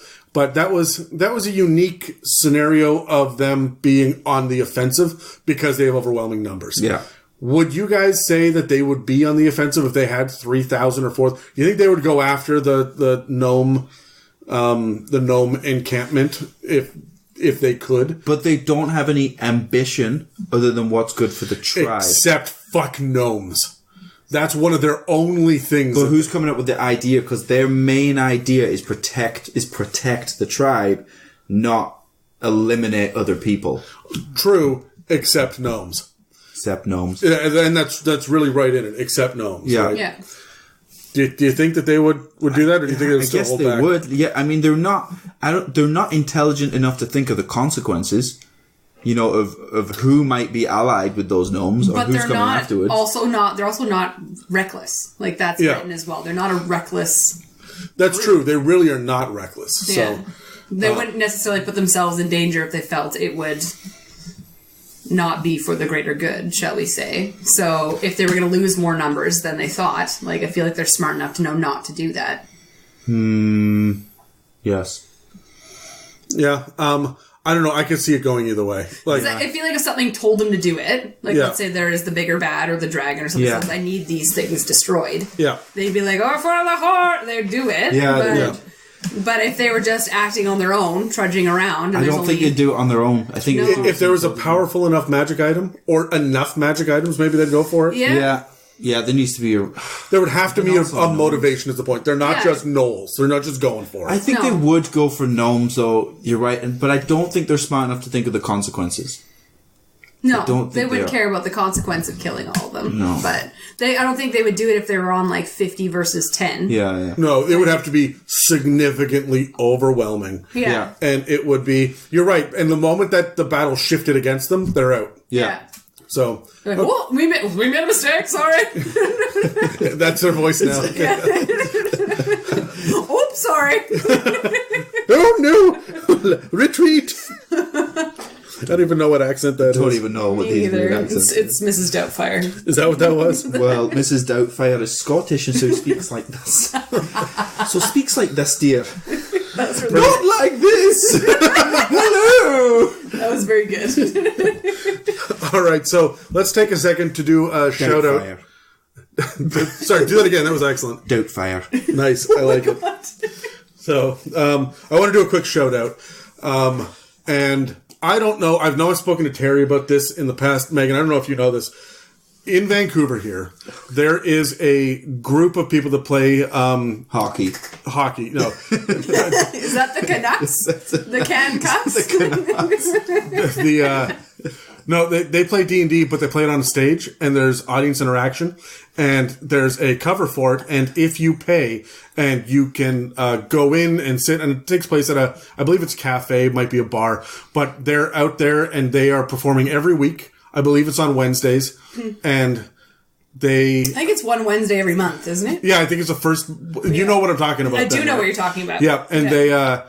they let you like throw money in to give advantage on rolls. Like you throw in $2 and then whoever's playing can re-roll or whatnot, right? Right. So there's a lot of audience interaction, but the whole thing is a drag show, and they all show up in full costume of their characters and role play on a stage on the first Wednesday of every month. Is this a Mrs. Doubtfire segue? Is this what this is? No, it really went wasn't. into No, it. it really Really just- wasn't. So look on my notes, I have them. They were already in there, but it's Nooks. it's at fierceadventures.yvr, and I've spoken to he's got like one of the guys that runs it is the GM Tim. He's on Instagram. So is this is an Instagram page at fierceadventures.yvr. They're the most creative and funny people. I've spoken to him a couple of times briefly in the past. I watched for their Instagram stories and I watched their videos and stuff. They're a riot. And if we don't record on a Wednesday sometime, because that's when we always record, I'm going to their next show if that ever lines up because it looks freaking amazing. Is that where Dan is right now? Yes. Maybe. That bitch. But I feel like everybody should go support them because they're LGBT friendly, which is fantastic. They're the only D&D drag show I've ever heard of. It's unique, and it's a great audience interaction thing. It's right downtown in Vancouver. People can go check them out and get the info. And really go support them because I think they're just fantastic people. And it's hilarious, and it's fun, and it scratches your nerd itch. Love it. So if you don't follow them, go follow them again. It's at fierceadventures.yvr. Fierce Adventures is all one word. Oh, fierce. Get it. Drag show. Nice. Fierce. Yeah. Let's come to the final part of the episode, which is how we would make encounters and campaigns, what we would do in kind of the broad strokes, and how we would use kobolds specifically in our own campaigns. So do you want to roll initiative, and I'll start asking some questions? Oh, 18 that's a for the big dog. No! 8 and 4 for Megan. I think Megan went first, second, and third in that order. Well, Today's the day for it. All right. So, Terry, you first. What would you do to make kobold combat scarier at higher levels? Okay, so kobold combat for me at higher levels is coming as you were getting closer to the big bad. Their big bad that they're going to be around is going to be dragons, right? So essentially you're getting towards the dragon lair where the most trusted and most capable trap makers, I believe, are going to be. So to increase the threat of the combat, you need to get more creative with your traps. And so we go away from just the odd poison dart. We're going full Donkey Kong, full Crash Bandicoot for me now. Snowballing traps, traps that are setting off other traps, traps where the pressure plate is over here, but the trap goes off 20 feet over there on top of the wizard. So I would just up the intensity and the creativity with the traps. Exploding barrels, catapults, smoke. What if they have latrines dug into the ground? Why are they not setting their own shit on fire and smoking the place out? If you're getting too close to their god that they want to protect. So for increasing the threat of combat, increase the threat of the traps. And if you're getting into those later tiers, go crazy with it. I like that. Mm-hmm. My answer is I want to put them in a desert. Right? It said cold-blooded. They want warm areas and whatnot. But they don't like sand. So I would give them that hard-packed wasteland, badland kind of desert. Where they're... imagine the party walking through the bottom of the Grand Canyon. And they're heading towards a blue dragon. And the kobolds are up on the top where you can't get them. And they're just pushing boulders. It's not even about their slings anymore. They're just pushing rocks at this point. Yeah. It's not even traps. They're just using the environment to their advantage. They can be dark, brown and tan and whatnot. So they can blend right in and have some sort of base camouflage. If you have enough of them using the environment against the party, setting off sinkholes and leading them into quicksand and whatnot, that's far deadlier than any pit trap that you're going to run into.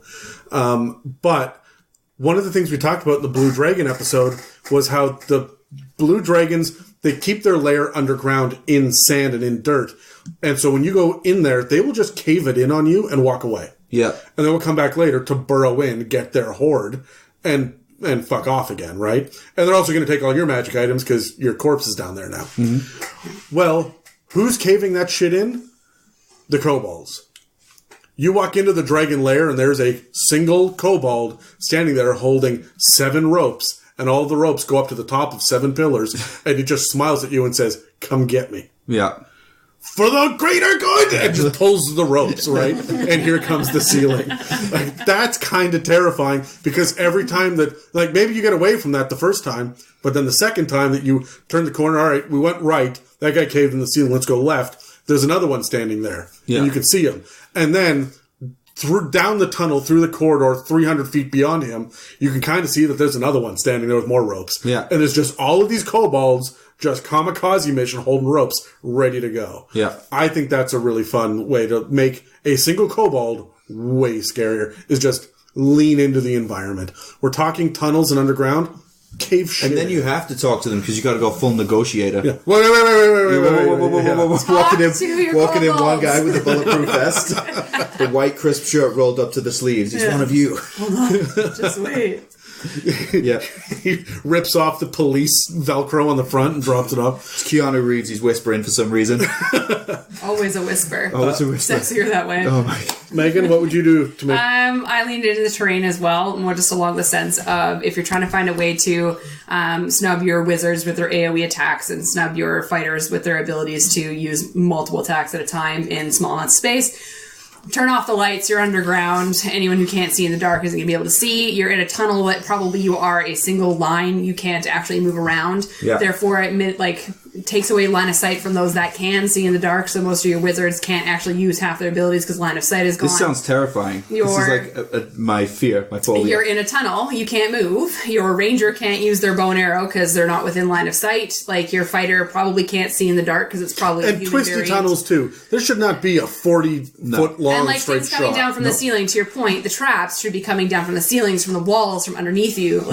You're in a tiny space with your elbows tucked into your body. Your fighter doesn't have range of motion. It should be absolute hell. Yeah. And that's the thing too. Like it's in the rule set, if you are squeezing, if you're going through a space that's too small for you, you have disadvantage on attack rolls and saves that require dex, and like you're in some real trouble here. Yeah. Right? So you've limited your fighter, you've limited your wizard, you've limited your rogue. Can I throw in on what you're saying, because this is the perfect time? A trap idea that I had for kobolds, which was parachuting grenades or wasps or whatever. So if those tunnels come out into a room that's maybe dark or maybe not, but these parachutes will take one round, 6 seconds to land, but you know where they're going to land because you can see them coming down. So it's all about where do you finish your turn at the end, because you know that if you finish here, and it's going to, have the 15-foot radius, 10-foot radius, whatever, it's coming down. But it's one of those, it's kind of like musical chairs where somebody is going to get hit because there's not enough room for everybody to not get hit. Yeah. So it's kind of like trying to Tetris your way around. I can't wait to throw that into somebody. And if throwing I didn't think of all the stuff you just threw in about like taking away their vision and their line of sight and all that sort of stuff. But I'm going to include that now as well. Yeah, screwed. you just sparked an idea for me for traps. Take a large opening, like a big cavern area, and so they step into it, and there are clay pots or glass jars or something. I like clay pots because you can't see what's in them. Yeah. And each one is set about 10 feet from the next. And there's a big grid work of them. And they're all connected by a spider web of like taut trip wires all over the place. If you trip one, you trip them all. And so the rogue has got to go through, and how many dex saves are you able to make as a party? Yeah. So everybody else is going to step back and just be like, rogue, this is your job, right? And he's going to step in there and see, I've got to do this 30 times. Yeah. And I wouldn't fill it with fire because he's going to have evasion or anything. Yeah. I'm going to fill it with toxic gas because that's a con save. They don't get like... Poisons, yeah. So they don't get that big, hey, I take no damage from this room full of fire. No, they're gonna get hit by this. And then it hits and then expands outward. And that's the other thing that I was thinking about with tunnels. If you cast Fireball, which is what, a 20-foot radius? Yeah. Mm-hmm. It's been a while since I've seen a Fireball in a game, but it's a 20-foot radius. If you do that in a 5-foot by 10-foot tunnel, is that explosion just like ballooning out the back end of this into the next room? I would make that happen. Yeah. Real cool. Yeah, if it's 20 by 20, then that's 4 by 4 grid on a square grid map. That's 16 squares. If you can really only fill 2, where do the other 14 squares go? Yeah. And I would just say the next nearest one and work it out. Maybe you end up, it just blasts back and hit your guys. Yeah. Right? Yeah, and the debris, like, you now can't see, you're in difficult terrain. Like, that would be you can't breathe from the, it burned up the oxygen in here. I love the idea of them all being connected, but I also love the idea of them being separate because you can fill them with different things. So based on which order the rogue tries to deactivate them in, whichever one he fails at, that one might blind him. This one might disable something else. This one might, so it just, there's different penalties for each one. Oh, I love that added pressure, that stress. I would also make it a puzzle too, where you have a different symbol on each one of these, so that when you disarm it, then you can kind of figure, oh, this one was going to be a grease bomb that went off. Yeah. Right? I can see that symbol over there. I don't want to deal with grease, so I'm going to go over here instead, right? Yeah. So you can have a little more strategy. The further you go through this room, the more you know of what's happening in here. Yeah. But if you fail once... you can get so creative with traps. And the bard is sitting back there with the ukulele just going like, you can do it, you can do it. Just like inspiration. Bring the barbarian in, stand here, extend your arm, hold this, do not let it drop. Hold it. Yeah. How many rounds can the strong barbarian hold this thing out at arm's length? Yeah. Well, do you ever see the end of Punisher, the Tom Jane? Yeah. Or exactly the grenade? like that. Yeah. Okay, we've kind of talked about social and exploration encounters. Do we have anything else we want to add to that? Was there anything else? We've kind of hit that over and over and over again. Could you befriend a kobold and convince them to let you know where the traps are? I have absolutely done that in campaigns. As a player, the handful of times I've been a player, I always end up with a kobold sidekick. What about if you had, because you can play kobold now as a playable race. Yeah. So...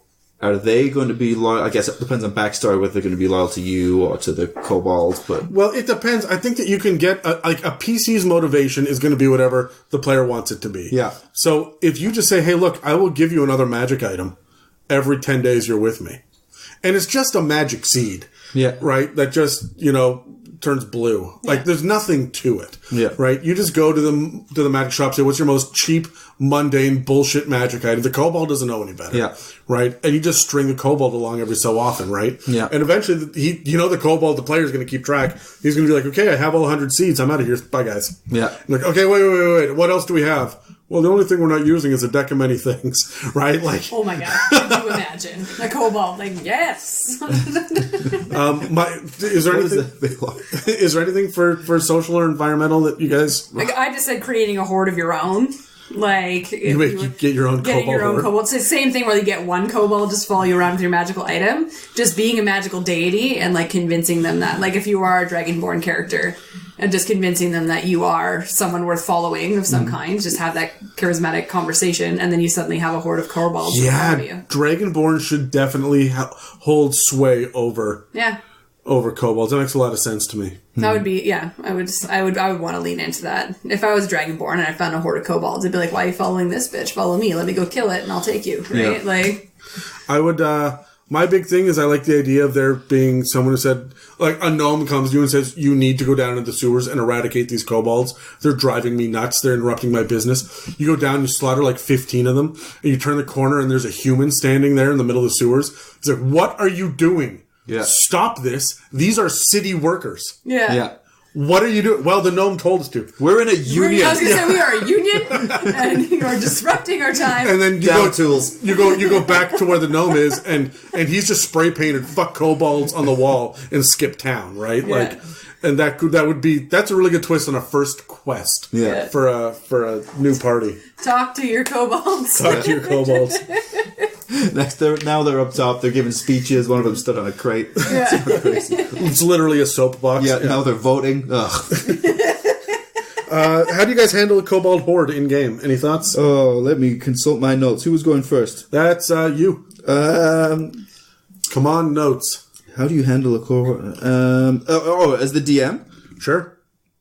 From either direction. I mean, I'm thinking as a DM just because it's so overwhelming. Mm-hmm. You need so many kobolds. It's not like gnolls. A gnoll horde can be 20. Yeah. But kobolds, if they're going to be really threatening at beyond level 2, then you're going to need like 78 of them. Right? When it comes to mobs, you have to understand the goal, the motivation as the DM. For kobolds, it's probably not to try and kill everybody. They're probably going to try and steal something, anything magical. Typically what players have on display is their weapons and their armor and their rings and things like that. Yeah, their arcane focus or holy symbol. Right, arcane focus. A lot of the other stuff's just in the bag of holding or whatever they can. So for the kobolds, you're going to handle a horde with constant movement, but not all as one. Not like gnolls. They're splitting up, going in and out of their little tunnels because one of them is just trying to get their hands on something. Mm-hmm. And I think that will stress the players more than these kobolds are trying to kill you all. It's becoming very apparent. They're just kind of trying to steal something. They just want the wizard spellbook. Yeah. But players, we say we're all on the same team, but honestly, if you can take the wizard spellbook and not my +2 sword, fucking I'd prefer that. So, enjoy. So see how tightly knit that party stays when you're forcing them to separate from each other and you're trying to steal something from one of them. They'll stab each other in the back so fast. It's hilarious. I want to take that to another degree and say that would they think that a wizard is a magic item? And would they just come in, surround the wizard? 8 kobolds surround the wizard. They all have advantage on their grapple. Yeah. They pick up the wizard. Yeah. And fuck off into their caverns and down their tunnels and whatnot. Stick a couple of goats in the way. That's it. Yeah. And now you don't have your wizard. Yeah. Right. You wait for the wizard to be low on spell slots, and then you just go kidnap the wizard. Yeah. Yeah. And that way you can have this kobold horde and this big rescue mission, and then you go to the other room and you have a social encounter where the wizard does talk to the kobolds, and Megan's happy. Yeah. Right? So happy. Okay. Megan, do you have anything that you want to add for handling a kobold horde? Well, I actually kind of wanted to pose another question to it, because I've never really DM'd a horde of kobolds in my existence. So I'm wondering, you just spoke earlier to having to DM a game where you had over 250 kobolds that you were mentally managing. Yeah. How do you manage that? Because I had such an overwhelming horde of 4,000 that the math doesn't matter anymore. Yeah. This was a war of attrition. And what I'm doing is I'm just running a tally on the side. 1 hit kills, minion rules. Mm-hmm. All of the kobolds act as kobolds. They all have 1 hit point. Yeah. So a hit is a kill. Okay. If you are doing an area of effect on them, I will roll an odd number of d20s. If the majority of the d20s make the save, none of them take damage. I'll get out of the way. Mm-hmm. If the majority don't make the save, which they won't, they're kobolds, then they will all die. Yeah. So it's the potency of that one area of effect. And then I'm just replacing, okay, so you killed this one that was directly in front of you. On the next round, the next one steps forward. Yeah. And so this is just attrition of me saying how many people can attack, and I'm doing the math. The other thing that I did was I added choke points. There are only 5 ways into this house. They barricaded 3 of them. I'm only worried about these 2 windows, which are, they have the little 5-foot square on the map. Therefore, I'm only worried about 10 kobolds that can enter at any given time, maybe. And so that's how many can attack until Terry runs up the stairs. And it takes 1 turn for the kobolds to flood in to the ground floor. And now I'm just worried about the 1 choke point coming up the stairs. Yeah. So it looks like a horde, but it really isn't. I'm just running 1 encounter in a small, 10-foot by 10-foot space. Yeah. Over and over and over and over again, where you're technically killing the bad guy, but there's another one there a moment later. Yeah, because the mission isn't to kill all 4,000. Right, the mission is to how to get out of end this combat, right? Yeah. And you're not going to do it by overwhelming odds. It's one of the first real combat puzzles I gave you guys as a party. Yeah. And you guys are doing just crazy, wacky things, right? From area of effects out here to barricading bedrooms upstairs, and you were trying to make a choke point, and Jess is on the roof over there of the barn trying to protect the NPCs. Yeah. The NPCs are blasting spells out the windows of the barn. It was crazy. It was madness. Yeah. But a lot of it was narration, and because Jess was up on a roof, again, over there's only a 10-foot by 20-foot space for me to put kobolds. Mm-hmm. That's an easy combo. 1 person versus, 5 kobolds? Yeah. You're just doing that every round. It's a war of attrition. Each other. Yeah. And so everyone's like, it's just kobolds. There's a lot of them. We'll protect our NPCs. We'll put them over here, and then we'll slaughter them. Round 3, oh shit. Yeah. This is not getting any better. We're getting tired. Yeah. So that's how I run a horde, is I don't make it a big open battlefield. That's insanity. Yeah. And we were constantly being forced to withdraw because there was so many numbers. I might kill 3 in front of me, but I know if I don't move, my turn ends there. And then it's their turn. So I have to move backwards. And then everyone else moves backwards. And we're just constantly being funneled. Yeah, you can kill the ones in front of you, but you have to get out of the way because the other ones are coming. And they've got 30 feet of movement. You have 1 reaction. You can kill 1. But the other 6 are running past you, and you can't do anything about it. Yeah. Right? And so these are the issues where you have to start thinking more tactically about the battlefield. The other thing that I do when I get really screwed with combat encounters is, and I was doing this actually last night, Terry, with the Tuesday group, when there were large groups of NPCs fighting, I will roll a D12 and a D10. The D12 is always the attacker. The D10 is always the defender. If the D12 is higher than the D10, attacks work, and the difference is how many they lose out of their numbers by percentage. So I try to have it 10 and 10. Mm-hmm. If I roll a D12 and a D10, the D12 comes in at 11, the D10 comes in at 3. That's a difference of 8. They lost 80% of their members. I'm not rolling attacks. Mm-hmm. This is just kind of how it is. What you wipe out. Yeah. And if it's going to be an overwhelming thing, like it's hill giants versus kobolds, then I'm going to roll 3 D12s against 2 D10s. And if, the D10s are never going to be higher than. Yeah, and that Tuesday group is purely all theater of the mind as well. Yeah. Which I think helps. You don't want to be using grids when there's hundreds of people. That's another thing, is I would not put this on a grid. No, we did that full combat theater of the mind, and it worked perfectly well. We drew the players, we drew our own little kind of map to keep track of where we were, but it wasn't in the an house official or whatever map. that you were in. This was last night in the Tuesday group. You guys were on an open road and gnolls were coming at you. Yeah. But they were in lines, they were in ranks coming forward. Got you. And they were dropping gusts of wind, and wait a minute, where do we put the wall of fire? And they were trying to figure out where their environment affecting spells were. So they drew out their own map to kind of get an idea of it and show me, I want to drop it here. Mm-hmm. Right? And then you guys just eradicated those gnolls for the most part. Yeah. But it was You have to get creative, and as long as it makes a certain amount of sense and it is consistent, I think that people will just roll with it and it'll be fine. Yeah. If you sit down and say, these 3 are wizards, so they're going to be a D8, but these 2 are rogues over here and they're going to be a D6. And over here is going to be a fighter and he's a D... You've overcomplicated shit and people aren't following anymore. And if you screw up the math, the one person that is following is going to be like, whoa. You screwed this up. So I keep it simple. Attackers versus defenders. Yeah. Right? And that's it. If the defenders get a higher number or they tie, no damage. Mm-hmm. And that's it. Makes sense. So, let's see. What else do we have? What was the original question? Well, how to handle hordes. Oh, yeah. Because I went more tactical with that one, but I didn't know how to answer it because I've never had to do it. So, do you have a tactical answer? Hard no. The hard no? No. Yeah, okay. This is something that stumps a lot of people because D&D is not a warfare game. Yeah. It's a war game, sure, but you're not controlling battalions. You're not. Yeah. You're not. You may have the rank of general, but you're not leading armies into battle, right? Yeah. So, guys, what tier, I guess, do you stop using kobolds as regular bad guys? Terry? I think they should always be present. I think even if you get to those later tiers, if you are eventually fighting the ancient dragon, the presence of the kobolds should still be felt. And I don't mean that you're fighting them like swinging axes and stuff for them, but you're going to come across situations like what you said earlier, where that one kobold is holding the rope that's attached to 4 pillars that if he lets go, he's caving them in. You can use a kobold for that, and that makes sense because that kobold would be willing to die for what they perceive as their god, which is the ancient dragon who's 3 rooms down. So I think they should always be present. I don't think just because you got to tier 4, all of a sudden the kobold should no longer be there and the dragon's cutting around on his own. I think you're just changing how you're using them at that point. Mm-hmm. Yeah, you know what? I'll agree with that. I think that as a combat creature where you are swinging an axe at them, I'm ending that by about tier 8. Or not tier 3?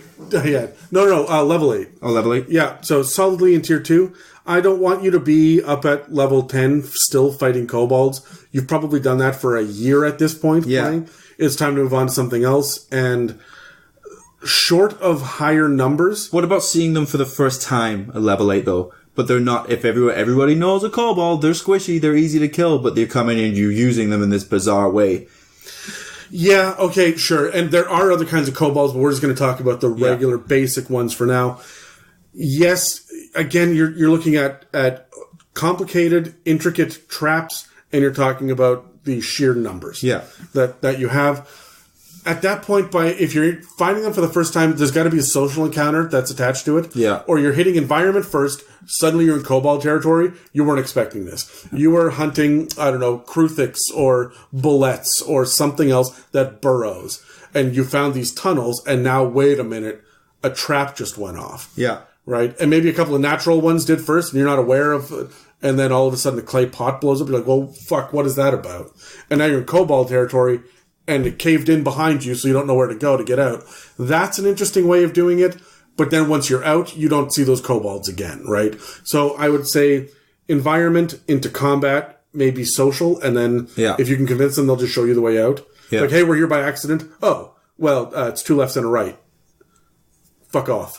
Right? Like, that's how I would probably introduce kobolds at such a late stage in the game without resulting or resorting rather to these huge combats like I gave you guys. You were level 8 when I'm like, we're gonna Evil Dead this, or sorry, Night of the Living Dead this, which was my inspiration for this. Yeah.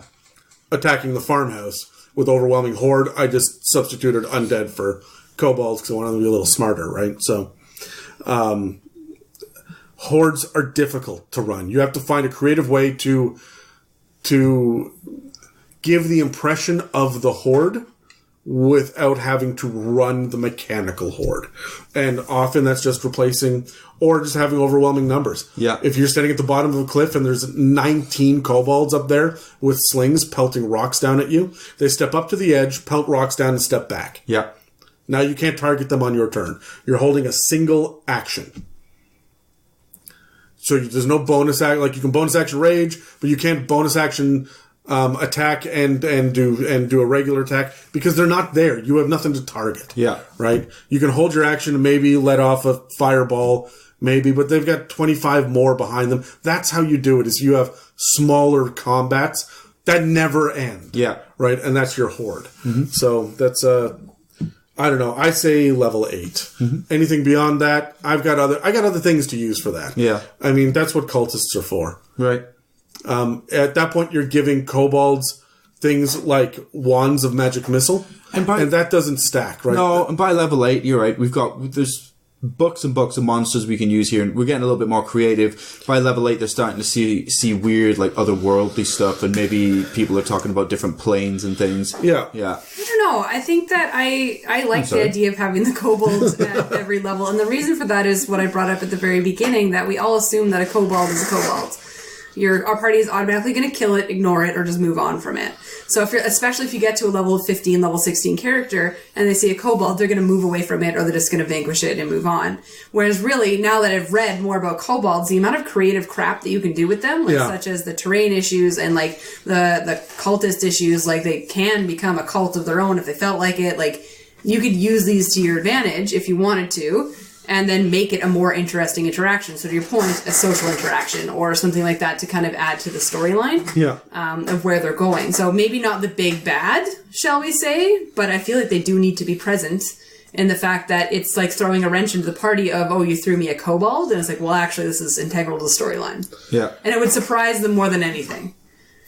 Yeah, no, I like that. I also like the idea of the fact that they are fervent believers that are like in their gods, and their god could be the dragons aren't their gods, but they will worship them like gods. Yeah. They still have their one god that's trapped, but they've got this crazy amount of belief and faith in that what they're doing is right, and it's for the greater good, and with all the traps and shit. Does this not sound like terrorists to you guys? Yeah. Like, can't you picture them strapping explosives to their chests and running at the party? Right? Like, they just are holding 2 small jars of alchemist fire and dashing towards the party. And if they get there in time, it takes less than a bonus action to smash these together and blow up, right? Yeah. Or just setting a swarm of wasps on themselves and then running into the fire. Just breaking it right in front of them and running, but they die halfway there. I love it. So, do you guys have one example of a kobold encounter or a plot hook that you'd run in a campaign? I have a plot hook that I haven't fine-tuned, but I like the idea, because kobolds are so annoying to deal with, I imagine, and it got me thinking about all those things out there in the world that are also annoying to deal with that I don't exactly know why they're there. Like wasps. Why do we need wasps? I don't know. I'm sure there's a reason that they're there. So, this idea of... They keep the hornet population in check. Yeah. The hornets are even worse. So, this idea that they're necessary for some reason, there's some creative way to come up with why we need them for like eco balance, or they must be there. They go out and they kill so many of these, so it keeps this in balance. So it's necessary to deal with them, but fuck, they're just really annoying. And if their population grows too much, we have to go and cull them a little bit. But if you can find a way to make kobolds necessary, and so they can't just slaughter them all, I kind of want to throw that in. But I just need to fine-tune it. Well, I like that if they've been hired by the humans to do, like, the waste and the sewers and stuff. Yeah. But now there's just too many of them down there. Yeah. And they're like, okay, look, guys, there's just too freaking many. We need you to cut it back by 20%. Yeah. Your population, or we're going to send them off somewhere else. They just put them on a pirate ship and send it out into the ocean and sink the ship, right? No, not Australia. Sink the ship. Oh, right, sorry. That was an old habit from my people. I like that. The idea that you can't kill all of them. We still need some. But how do you decide which ones to keep and how many and all that? I'm just imagining farmers out in a field farming, and then like your group comes up to them like, oh, kobolds! They run up and start to kill them. Same thing to your thing where like they just run and start killing them. The humans like, what the heck are you doing? You're killing our workers, right? Yeah. Same concept. They're just farmers, but you just killed them for some stupid reason. I like, or even the idea of, I think it was Yellowstone National Park where there used to be American wolves and then they all died out. So they reintroduced wolves with Canadian wolves, and Canadian wolves are noticeably bigger, and so they fucking decimated everything. Yeah. Fucked everything up. Yeah. Just that idea. Look, we need a certain amount of kobolds. Go and find kobold. Are those Arctic kobolds? They're fucking... somebody shows up with lizard folk. Exactly. Basically the same thing, right? Exactly. Oh my god. Okay, so my big plot hook, and Terry, you'll recognize this. Sure. I love the idea of dragon parts. I mean, you've killed a dragon and harvesting parts. They're inherently magical. It's a thing in all of my campaigns, Megan. You may not know this because we've never run into a dragon at this point. If you eat a dragon heart in one sitting, you get plus 10 maximum hit points forever, permanently. Good to know. You can only do that once, right? You can't just eat multiple dragon hearts and be invincible.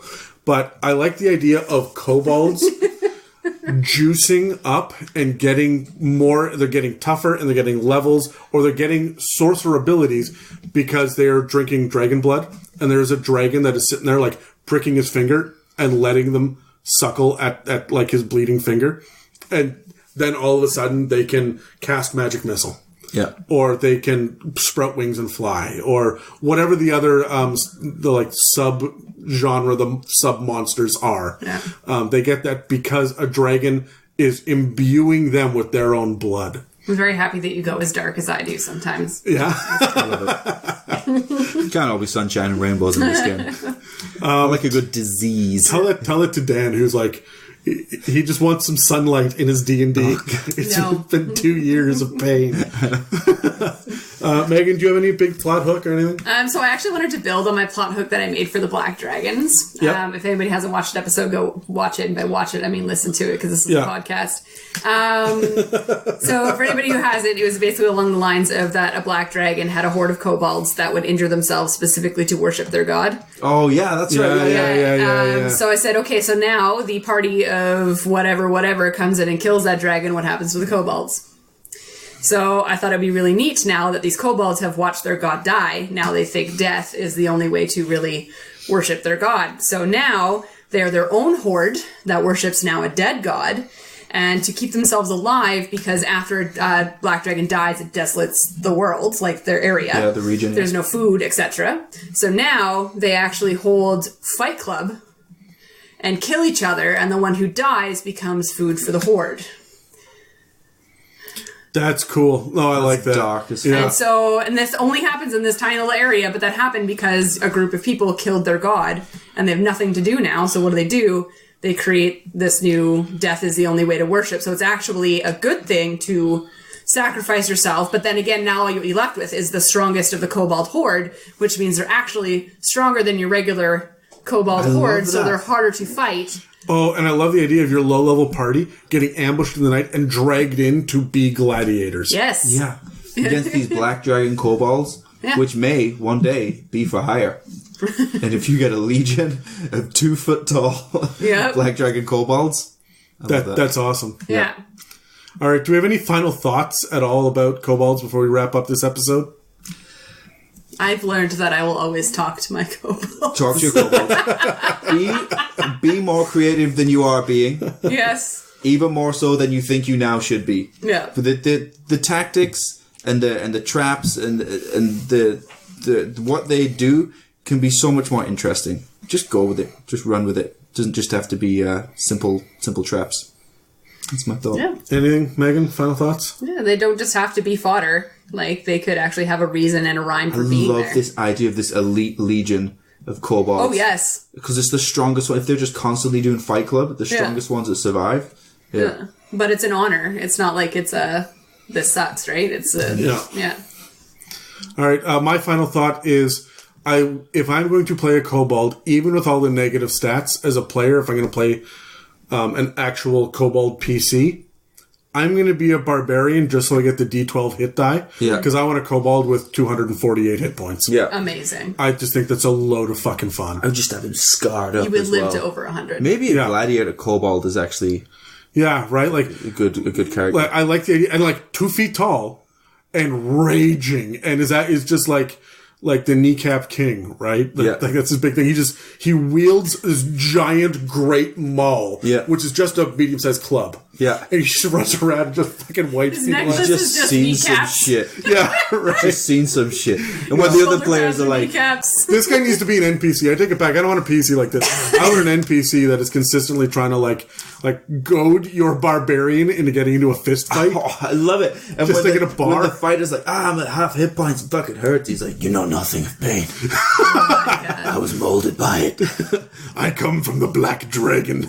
Oh my god, I also just thought if you blend your idea in about drinking the blood and eating the heart, Yeah. like if the people didn't harvest the organs of this dragon, not only are the kobold doing Fight Club, but they're doing Fight Club hopped up on dragon blood that they've saved Yeah. and are just high Yeah. as fuck. Or even just like their eyes is super dilated. Just your NPC has these like old school Uma Thurman Bane type Yeah. little vials. Yeah. Just rages out. What the fuck is he shooting? They're like a ground up dragon bone and they're sniffing the powder. Love it. Good. All right, well, okay, that's it for this week's episode on kobolds. You can find us on iTunes, Spotify, and YouTube, as well as dozens of other podcast apps. You can also find us at www.itsamimic.com or email us at info@itsamimic.com. Thanks for listening to the It's a Mimic podcast. Make sure to check us out next week when we're covering player interactions. Oh. Thank you for listening to It's a Mimic. Check us out online at itsamimic.com or on Facebook, Instagram, and Twitter. Have questions you would like answered by the guys on the show? Send them an email to itsamimic@gmail.com. Tune in every Tuesday for more.